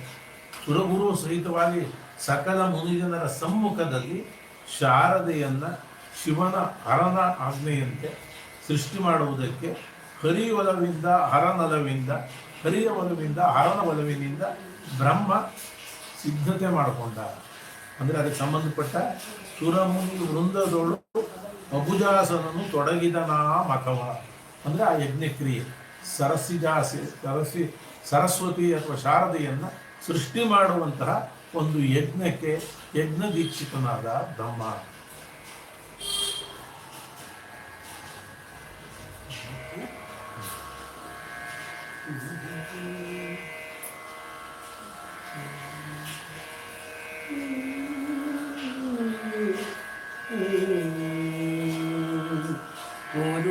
ोरुतरोचित निगममन्त्रस्फुरित तद्रौयङ्गलिङ्गवे ोरुतरोचित निगममन्त्र स्फुरित तद्रौयङ्गलिङ्गवे ವರಮುನೀಂದ್ರರು ಯಜ್ಞಕುಂಡಲದೊಳಗೆ ಪಾವಕನಾಗ ಭರದಿ ನೆಲೆಗೊಳಿಸಿದರು ಅನಲನ ಭರದಿ ನೆಲೆಗೊಳಿಸಿದರು ಅನಲನ ನಿರದೆ ವಿಧಿ ನಿರ್ಮಿಸಿದ ಯಜ್ಞದೊಳಿಂದೆ ಶಾರದೆ ಯನಿಪ ಸುವರ್ಣ ಸುರವರರು ಭಾಪೆನಲು. ಬ್ರಹ್ಮ ಈ ಮೊದಲು ಬೇಕಾದಂತಹ ಅನೇಕ ಬಗೆಯ ಸೃಷ್ಟಿಯನ್ನು ಮಾಡುತ್ತಿದ್ದಾರೆ. ಆದರೆ ಈಗ ಮಾಡಿದ ಸೃಷ್ಟಿಯನ್ನ ದೇವತೆಗಳು ಸಾಕ್ಷಾತ್ ದೈವಗುರು ಬ್ರಹ್ಮನ ಸಹಿತವಾಗಿರ್ತಕ್ಕಂಥ ಬ್ರಹ್ಮರ್ಷಿಗಳೆಲ್ಲರೂ ಭಲೆ ಭಲೆ ಬ್ರಹ್ಮ ಭಲೆ ಬಾಪು ಜಯವಾಗಲಿ ನಿನಗೆ ಅಂತ ಹೇಳಿ ಹೊಗಳುವಂಥ ರೀತಿಯಲ್ಲಿ ಈ ಸೃಷ್ಟಿಯನ್ನು ಮಾಡಿದ್ದಾನೆ ಬ್ರಹ್ಮ. ಮಾಡಬೇಕಾದ್ರೆ ಯಾಗಕ್ಕೆ ಬೇಕಾದ ಅನೇಕ ಬಗೆಯ ಸಂಭಾರ ದಿನಸುಗಳನ್ನು ಜೊತೆ ಮಾಡಿದ್ದಾನೆ. ಒಂದು ಸಾಮಾನ್ಯವಾಗಿ ನಾವು ಒಂದು ಸತ್ಯನಾರಾಯಣ ಪೂಜೆ ಅಂತನೋ ಹೋಮ ಅಂತನೋ ಮಾಡಬೇಕಾದ್ರೆ ಎಷ್ಟೆಲ್ಲ ಗುರಾಡ್ತೀವಿ. ಅದರಲ್ಲಿ ಸರಸ್ವತಿಯನ್ನು ಸೃಷ್ಟಿ ಮಾಡುವುದಕ್ಕೆ ಮಾಡಬೇಕಾದ ಯಜ್ಞಕ್ಕೆ ಏನೆಲ್ಲ ಸಿದ್ಧತೆಗಳಾಗಿರಬಹುದು ಅದೆಲ್ಲವನ್ನೂ ಮಾಡಿ ಯಜ್ಞಕುಂಡದಲ್ಲಿ ಅಗ್ನಿ ಪ್ರತಿಷ್ಠಾಪನೆಯನ್ನು ಮಾಡ್ತಾನೆ. ನೆಲೆಗೊಳಿಸಿ ಅನಲನ ಅವನಿಂದಲೇ ಇದ್ದು ಯಾವುದೇ ಯಜ್ಞ ಯಾಗುವ ಸಂಪನ್ನವಾಗುವುದಿಲ್ಲ ಅನ್ನುವ ರೀತಿಯಲ್ಲಿ ಅನಿಲನನ್ನು ಪ್ರತಿಷ್ಠಾಪನೆ ಮಾಡಿ ಅನಲನನ್ನು ಅಗ್ನಿಯನ್ನು ಪ್ರತಿಷ್ಠಾಪನೆ ಮಾಡಿ ಅಷ್ಟಕ್ಕೆ ಸುಮ್ಮನಾಗಲಿಲ್ಲ. ಈ ಸೃಷ್ಟಿಯನ್ನು ಶಾರದೆ ಎನಿಸುವವಳ ಆಗ ಸೃಷ್ಟಿಯಾಗಿ ಬರ್ತಕ್ಕಂಥ ಶಾರದೆ ಅದನ್ನು ಸೃಷ್ಟಿ ಮಾಡಿದ ಶಾರದೆಯನ್ನು ಸುರಾರು ದೇವಾನುದೇವತೆಗಳು ಮತ್ತು ಋಷಿಮುನಿಗಳು ಭಲೆ ಭಲೆ ಬ್ರಹ್ಮ ಅಂತ ಹೇಳಿ ಹೊಗಳುವಂಥ ರೀತಿಯಲ್ಲಿ ಆ ಸೃಷ್ಟಿ ಇತ್ತು.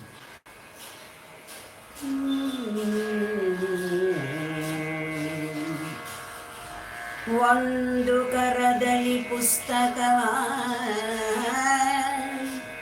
ಮತ್ತೊಂದು ಕರದಲ್ಲಿ ಖಂಡವನು. ಒಂದು ಕರದಲ್ಲಿ ಪುಸ್ತಕವ ಮತ್ತೊಂದು ಕರದಲ್ಲಿ ಖಂಡವನು. ಪಿಡಿದಂದತಿ ಅತಿರೂಪು ಲಾವಣ್ಯದಲ್ಲಿ ಮಿಗಿಲೆನಿಸೆ ಬಂದಳು ಇಳೆ ಕಂಪದಲ್ಲಿ ರೋಚಿಸಲಿಂದು. ಬಂದಳಿಲೆ ಕಂಪದಲ್ಲಿ ರೋಚಿಸಲಿಂದು. ಶೇಖರ ಕಂಡಪನು ತನಗೆ ಇವಳು ಬೇಕೆನುತ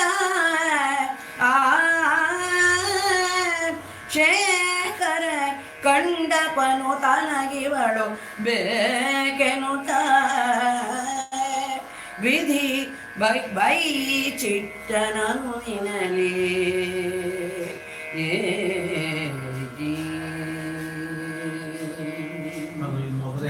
ಸಂಸ್ಕೃತ ಶುಕ್ಲಾಂ ಬ್ರಹ್ಮ ವಿಚಾರ ಸಾರ ಪರಮೋ ಮಾಧ್ಯಾಂ ಲೀಲಾ ಪುಸ್ತಕಧಾರಿಣಿ ಆ ಶ್ಲೋಕದ ಹಿಂಸೆ ಇದೆ.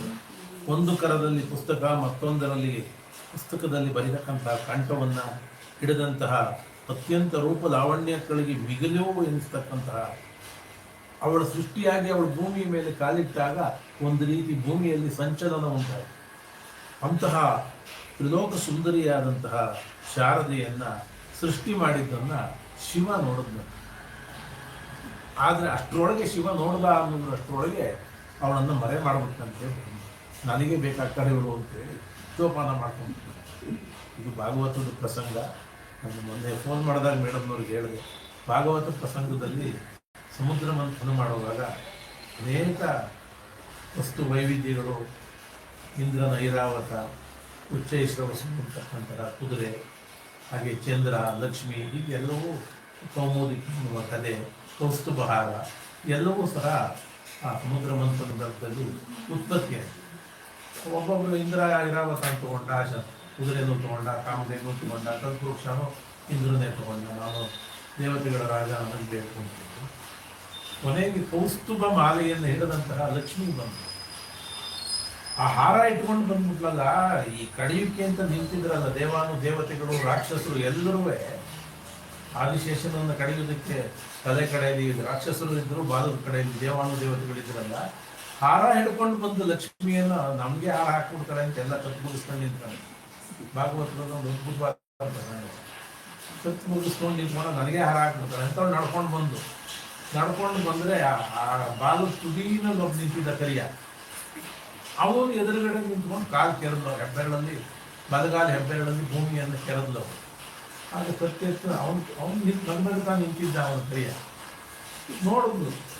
ನೋಡಿದಾಗ ಅವನ ನೆತ್ತಿಯಿಂದ ಅಂಗಾಂಗ ತನಕ ಒಂದ್ಸರಿ ವೀಕ್ಷಣೆ ಮಾಡಿ ಅವಳ ದೃಷ್ಟಿ ಆ ಕರಿಯಿನ ವಿಶಾಲವಾದ ವಕ್ಷಸ್ಥಳದಲ್ಲಿ, ಹೃದಯ ಪ್ರದೇಶದಲ್ಲಿ ದಿಟ್ಟವಾಗಿ ನಿಂತುಬಿಡುತ್ತೆ. ರೆಪ್ಪೆ ಅಲಗುತ್ತೆ.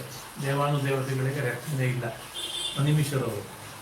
ಆಗಾಗ ಆ ಕರಿಯ ತಥಾಸ್ತು ನೀಲಮೇಘ ಶ್ಯಾಮಲ ನಾವೆಂದರೆ ಪರಮಾತ್ಮ ಶ್ರೀಮನ್ ನಾರಾಯಣ ಹಾಗೆ ಕಾಲು ಹೆಬ್ಬೆರಳಲ್ಲಿ ಭೂಮಿಯನ್ನು ಕೆರೀತಾ ವಕ್ಷಸ್ಥಳ ಪ್ರದೇಶವನ್ನು ವೀಕ್ಷಣೆ ಮಾಡ್ತಿದ್ದಂತಹ ಲಕ್ಷ್ಮಿಯ ಮನೋಭಿಷ್ಟವನ್ನು ಪೂರೈಸ್ತೀನಿ, ಅದರಂತೆ ಆಗಲಿ ಅಂತ ಹೇಳಿ ಆಶೀರ್ವಾದ ಮಾಡಿದ. ಆ ಕೌಸ್ತುಭ ಮಾಲೆಯನ್ನು ಅವನಿಗೆ ಹಾಕಿದ್ರು. ಹಾಗಾದ್ರೆ ಅವಳು ಕೇಳಿದ್ದೇನು, ತಥಾಸ್ತು ಅಂದಿದ್ದೇನು ಅಂತಂದರೆ, ಅವಳು ಒಂದ್ಸಲಿ ಅವನು ನೋಡ್ಬಿಟ್ಟು, ನನ್ನ ಹೊಟ್ಟೆಯಲ್ಲಿ ನಿನ್ನಂತನೇ ಹುಟ್ಟಬೇಕು, ನೀನು ನೀಲಮೇಘ ಶ್ಯಾಮ, ಅದರ ಅತಿಶಯ ಸುಂದರನಾದ ಮಗ ಹುಟ್ಟಬೇಕು ಅಂತ. ಅದಕ್ಕೆ ಮನ್ಮಥ ಲಕ್ಷ್ಮಿಯ ಹೊಟ್ಟೆಯಲ್ಲಿ ಕೂಡ ಅದನ್ನು ಕೇಳಿದ್ಲು ಅವಳು. ಆಯ್ತು ಮತ್ತ ನಿಮಗೆ ಮನ್ಮಥ ಜನ್ಮಕ್ಕೆ ನಾನು ಕಾರಣನಾಗ್ತೀನಿ ಅಂತ ಹೇಳಿ ತಥಾಸ್ತು. ಆ ಎಲ್ಲ ಪ್ರಸಂಗಗಳು ಈ ಕವಿ ಮೇಲೆ ಪರಿಣಾಮಗಳನ್ನು ಬೀರುತ್ತೆ. ಇದು ಬೇಕು ನನಗೆ ಅಂತ ಪಕ್ಕಕ್ಕೆ ಇಟ್ಕೊಂಡು, ನಿಮಗೆ ಮುಂಚೆ ಎಲ್ಲ ಈ ಹಲಸಿನಣ್ಣು ಬಿಡಿಸೋರು ಮನೆಯಲ್ಲಿ, ಹಲಸಿನಣ್ಣು ಬಿಡಿಸೋರು ಪಕ್ಕಕ್ಕೆ ತೆಗೆದಿಟ್ಕೊಳ್ತಾ ಇದ್ರೆ ಅವ್ರಿಗೆ ಹಲಸಿನಣ್ಣಿಲ್ಲ ಬಿಡಿಸಿದವ್ರಿಗೆ. ಹಾಗೆ ಇಲ್ಲಿ ಬ್ರಹ್ಮ ಈ ವಿಶೇಷವಾದ ಈ ಹಲಸಿನ ತೊಳೆ ನನಗೇ ಬೇಕು ಅಂತ ಪಕ್ಕಕ್ಕೆ ತೆಗೆದಿಟ್ಕೊಂಡು.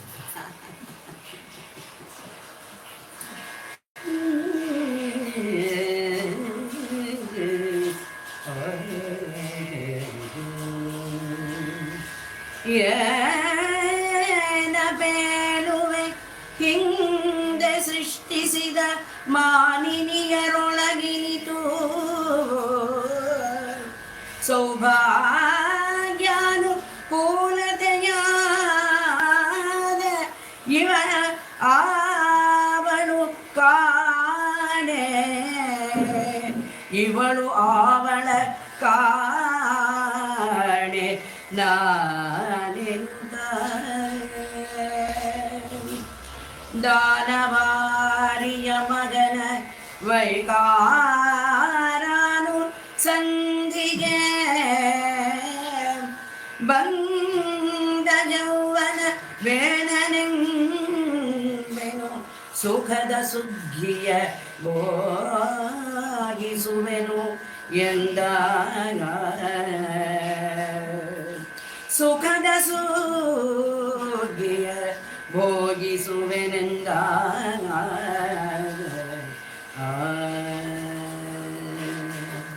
ಇನ್ನು 3 ಷಟ್ಪದಿಯೊಂದಿಗೆ ಕಾರ್ಯಕ್ರಮಕ್ಕೆ ಮಂಗಳಕ್ಕೆ ಬರ್ತೀನಿ. ಅಷ್ಟೊತ್ತು ಸಹಿಸಬೇಕಾಗುತ್ತೆ. ನಾನು ಆಗಲೇ ಹೇಳಿದ ಕನ್ನಡದ ಗಾದೆ ಭಾಳ ಚೆನ್ನಾಗಿಲ್ಲ ಆಗಿದೆ ಇಲ್ಲಿ. ನಮ್ಮನೆ ಸಣ್ಣ ಕಿರುವನ ನಾವೇ ಉಣ್ಣಬೇಕು. ಅದಕ್ಕೆ ನಮ್ಮ ಆಧುನಿಕ ಪರಿಭಾಷೆಯಲ್ಲಿ ಉತ್ತರಗಾಮಿ ಪುತ್ರಿಗಾಮಿ ಅನ್ನುವ ಪದ ಪ್ರಯೋಗವಿದೆ. ಪುರೋಗಾಮಿ ಅನ್ನುವ ಪದವನ್ನು ಕೇಳಿದೆ. ಆ ಪುರೋಗಾಮಿಗಳು ಹುಟ್ಟಾಕಿರ್ತಕ್ಕಂಥ ಪದ ಪುತ್ರಗಾಮಿ ಪುತ್ರಿಗಾಮಿ. ಏನಂತ ಹೇಳುದು, ಇಲ್ಲಿಯವರೆಗೆ ಎಷ್ಟೆಲ್ಲ ಸೃಷ್ಟಿ ಮಾಡಿದ್ದ ಈ ಬ್ರಹ್ಮೇತಿ, ಈ ಒಂದು ಸೌಭಾಗ್ಯ, ಈಗ ಸೃಷ್ಟಿ ಮಾಡಿರುವ ಅನುಕೂಲಗಳಿರ್ತಕ್ಕಂಥ ಎಲ್ಲ ಸಕಲ ಗುಣ ಸಂಪನ್ನಳಾದಂತಹ ಸೃಷ್ಟಿಯನ್ನು ಇಲ್ಲಿವರೆಗೆ ನಾವು ನೋಡಿದ್ದೀವಿ.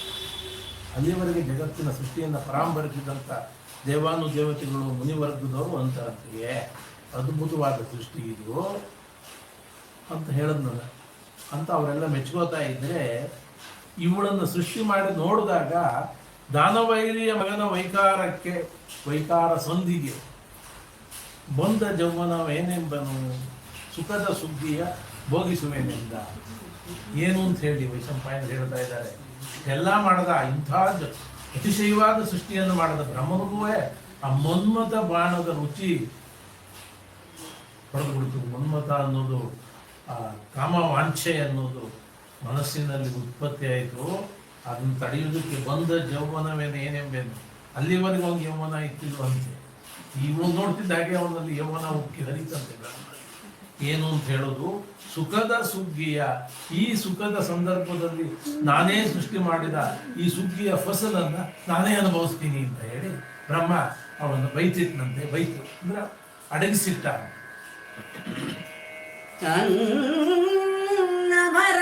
ಭರವಳಂದಿದಂದಿಗೆ ಚೆನ್ನ ಶಶಿಕಳೆಯೇರುವಂದ ಭಿನ್ನವಿಲ್ಲದ ಯೌವನವು ಬಂದುದಕ್ಕೆ ಮನ ಬೆಳಸಿ ತನ್ನಲಧಿಕಾರವನು ಮರೆತನು ತನ್ನಲಧಿಕಾರವನು ಮರೆತನು ಉನ್ನತೈಶ್ವರ್ಯವನು ತೊರೆದವ ತನ್ನ ಮೈ ಮರೆದು ಮದನನ ಶರಕ್ಕೆ ಗೋರಿಯಾದ. ಅನ್ನ ಬರವಳ ಅಂದಿಗಂದಿಗೆ ಚೆನ್ನ, ಅಂದಿಗಂದಿಗೆ ಚೆನ್ನೆ ಶಶಿಕಲ. ಆಯಾ ದಿವಸಕ್ಕೆ ಕ್ಷಣಕ್ಕೆ ಅವಳ ರೂಪ ಲಾವಣ್ಯಗಳು ಶಶಿಕಳೆಯಂತ ರೀತಿಯಲ್ಲಿ ಏರಿ ಉನ್ನತವಾದ ಸ್ಥಾನಕ್ಕೆ ಅವಳು ರೂಪಲಾವಣ್ಯದಲ್ಲಿದ್ದಾರೆ. ಒಂದು ಚೂರು ಕೊರತೆಯೇ ಇಲ್ಲ ಅನ್ನುವ ರೀತಿಯಲ್ಲಿ ಯೌವನವು ಬಂದಾಯಿತು. ಆಗ ಸೃಷ್ಟಿಯ ಮಾಡಿದಂತಹ ನವಸೃಷ್ಟಿಯಾದ ಶಾರದೆಗೆ ಯೌವನ ಬಂದಾಯಿತು. ಆ ಸಂದರ್ಭದಲ್ಲಿ ಅವಳ ಯೌವನಸ್ಥೆಯಾದಾಗ ಈ ಬ್ರಹ್ಮನಿಗೆ ತನ್ನ ಅಧಿಕಾರವನ್ನೇ ಮರೆತು, ತಾನು ಯಾರು ಅನ್ನೋದನ್ನೇ ಮರೆತಿದ್ದ. ನಾನು ಈ ಥರ ತೀರ್ಮಾನ ತಗೊಳ್ಳೋದು ತಪ್ಪಾಗುತ್ತೆ ಅನ್ನೋದನ್ನು ಮರೆತು ಉನ್ನತ ಐಶ್ವರ್ಯವನ್ನು ತೊರೆಯುವಂತೆ ಅಂಥ ಸಾಕ್ಷಾತ್ ಜಗತ್ ಸೃಷ್ಟಿಕರ್ತನಾದ ಬ್ರಹ್ಮ ಆ ತನ್ನ ಜವಾಬ್ದಾರಿಯನ್ನೇ ಮರೆತು ತನ್ನ ತಾಮೈ ಮರೆತು ಮದನನ ಶರಕ್ಕೆ ಗುರಿಯಾದ. ಮನ್ಮಥ ಬಾಣಕ್ಕೆ ಅವನು ಪಕ್ಕಾಗ. ಅವಳ ಮೇಲೆ ಅತ್ಯಂತ ವಿಶೇಷವಾದ ಪ್ರೀತಿ ವ್ಯಾಮೋಹಗಳು ಉಂಟಾಯಿತು ಅಂತ ಹೇಳಿ ವೈಶಂಪಾಯನರು ಜನಮೇಜಯನಿಗೆ ಹೇಳ್ತಾ ಇದ್ದಾರೆ. ಈ ಕಥೆ ಹೇಳುವಾಗ ಹೇಳ್ತಾ ಇದ್ದಾರಲ್ಲ, ಎಲ್ಲೋ ಒಂದ್ಸರಿ ಕೇಳುವವ್ರ ಮನಸ್ಸಿನಲ್ಲೂ ವಿಕಾರ ಬರಬಹುದು, ಹಾಗೆ ಬರಬಾರದು. ಇದು ಧ್ಯಾನಸ್ಥ ಸ್ಥಿತಿಯಲ್ಲಿ, ಯಾರನ್ನೇ ನಾವು ಧ್ಯಾನಸ್ಥ ಸ್ಥಿತಿಯಲ್ಲಿ ಆ ಕುಂಡಲಿನಿ ಶಕ್ತಿಯನ್ನು ಜಾಗೃತಗೊಳಿಸಿ ಧ್ಯಾನ ಮಾಡುವಾಗ ಗೋಚರವಾಗಬಹುದು, ಆಗ ಮನಸ್ಸು ವಿಚಲಿತವಾಗಬಾರದು ಅನ್ನುವ ಉದ್ದೇಶದಿಂದ ಈ ಕಥೆಯಲ್ಲಿ ಈ ಥರದ ಸನ್ನಿವೇಶವನ್ನು ಹೇಳಿ ವೈಶಂಪಾಯನರು ಜನ್ಮೇಜಯನಿಗೆ ಹೇಳ್ತಾ ಇದ್ದಾರೆ. ಮನಸ್ಸು ಚಂಚಲವಾಗಬಾರದು. ಧ್ಯಾನಸ್ಥ ಸ್ಥಿತಿಯಲ್ಲಿ ಕುಳಿತುಕೊಳ್ತಕ್ಕಂಥ ಯೋಗಿಗೆ ಗೋಚರವಾಗತಕ್ಕಂತಹ ಯಾವುದೇ ವಿಚಾರಕ್ಕೂ ಮನಸ್ಸು ವಿಕಾರಗೊಳ್ಳಬಾರದು. ಯೋಗಿಗಳಿಗೆ ಹೆಚ್ಚು ವಿವರಿಸಬಹುದು ನನಗಿಂತ ಸಮರ್ಥವಾಗಿ.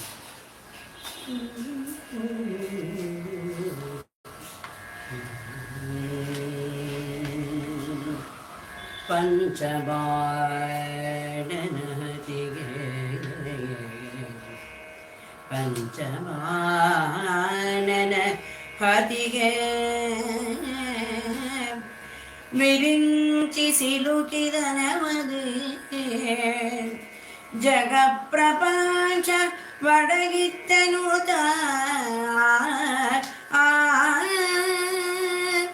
ಜಗ ಪ್ರಪಂಚ ಒಡಗಿತ್ತೆನುತ ಮುನಿಗಳು ತಮ್ಮಳೊಂದಾಗಿ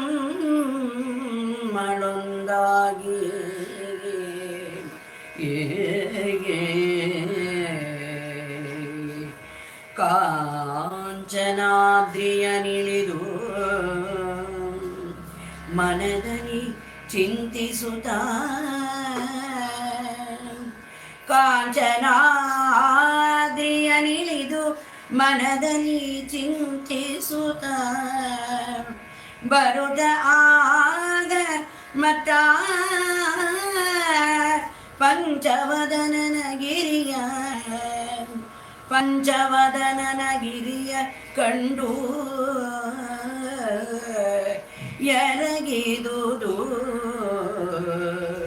ಮುನಿಕರ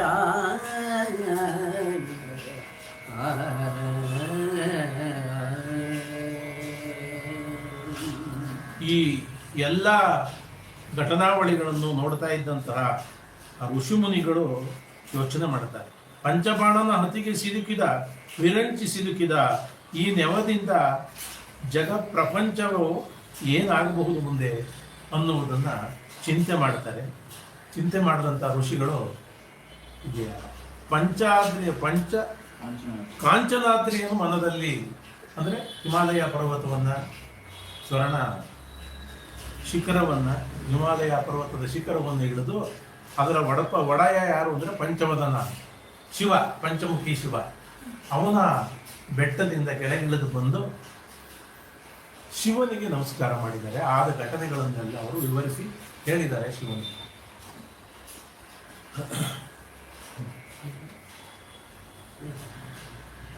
14 ಸಾಕ? ಸರಿ. ಈ ತನಕ ಶಾಂತ ರೀತಿಯಿಂದ ಶಿವನ ಭಿಕ್ಷಾಟನಾ ಪ್ರಸಂಗವನ್ನು ಅದ್ಭುತವಾಗಿ ವಾಚನ ಮಾಡಿದ್ದಾರೆ. ನಾನು ಅಷ್ಟೇ ಪ್ರಯತ್ನವನ್ನು ಮಾಡಿದ್ದೀನಿ. ಕೆಲವು ಕಡೆ ಸ್ವಲ್ಪ ಆಚೆ ಈಚೆ ಆಗಿದೆ, ಸರಿಪಡಿಸ್ಕೋಬೋದು.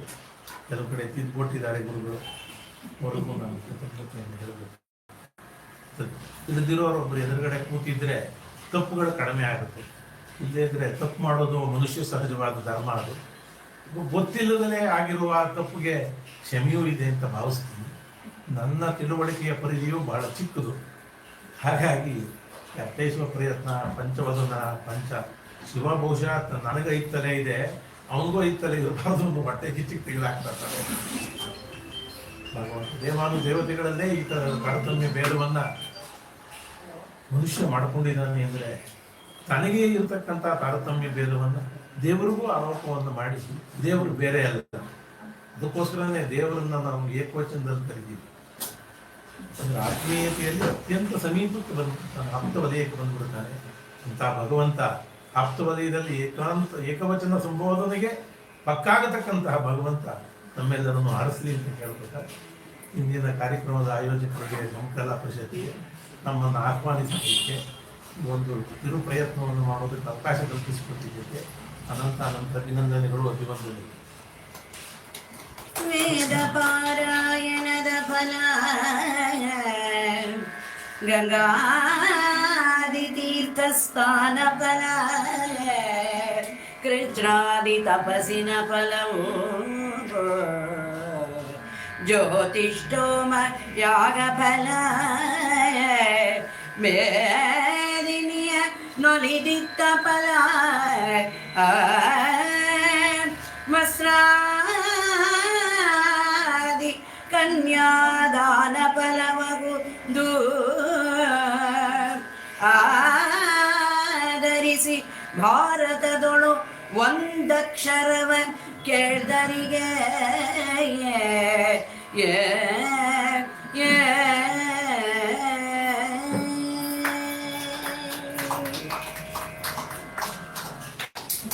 ಕವಿ ಹೇಳ್ತಕ್ಕಂತಹ ಪುಣ್ಯ ತಮ್ಮೆಲ್ಲರಿಗೂ ಪ್ರಾಪ್ತವಾಗಿದೆ. ಇದು ಮಹಾಭಾರತದ ಕಥಾಭಾಗದ ಒಂದು ಭಾಗನೇ. ಹಾಗಾಗಿ ಇದನ್ನು ಕೇಳಿದಂತಹ ನಿಮ್ಮೆಲ್ಲರಿಗೂ ಆ ಕವಿ ಆಶಯ ಪಡ್ತಕ್ಕಂಥ ಆಶಯದಲ್ಲಿ ಹರಕೆಯಾಗಿ ಹೇಳತಕ್ಕಂಥ ಎಲ್ಲ ಪದಗಳು ನಮಗೆ ಪ್ರಾಪ್ತವಾಗಿ ಅಂತ ಹೇಳ್ತೀನಿ. ಈ ತರಹದ ಅನೇಕ ಕಥಾ ಪ್ರಸಂಗಗಳನ್ನು ಕೇಳಿ ನಿಮ್ಮ ಪುಣ್ಯದ ಮೂಟೆಯ ತೂಕವನ್ನು ಜಾಸ್ತಿ ಮಾಡ್ಕೊಳ್ಳಿ ನೀವೆಲ್ಲ. ನನಗೆ ಒಂದು ಮಾತು ಮಾತಾಡೋದಕ್ಕೆ ಇಷ್ಟಪಡ್ತೀನಿ. ನಾನು ಏನು ಮಾತಾಡ್ತೀನಿ ಅಂದರೆ ನಾನು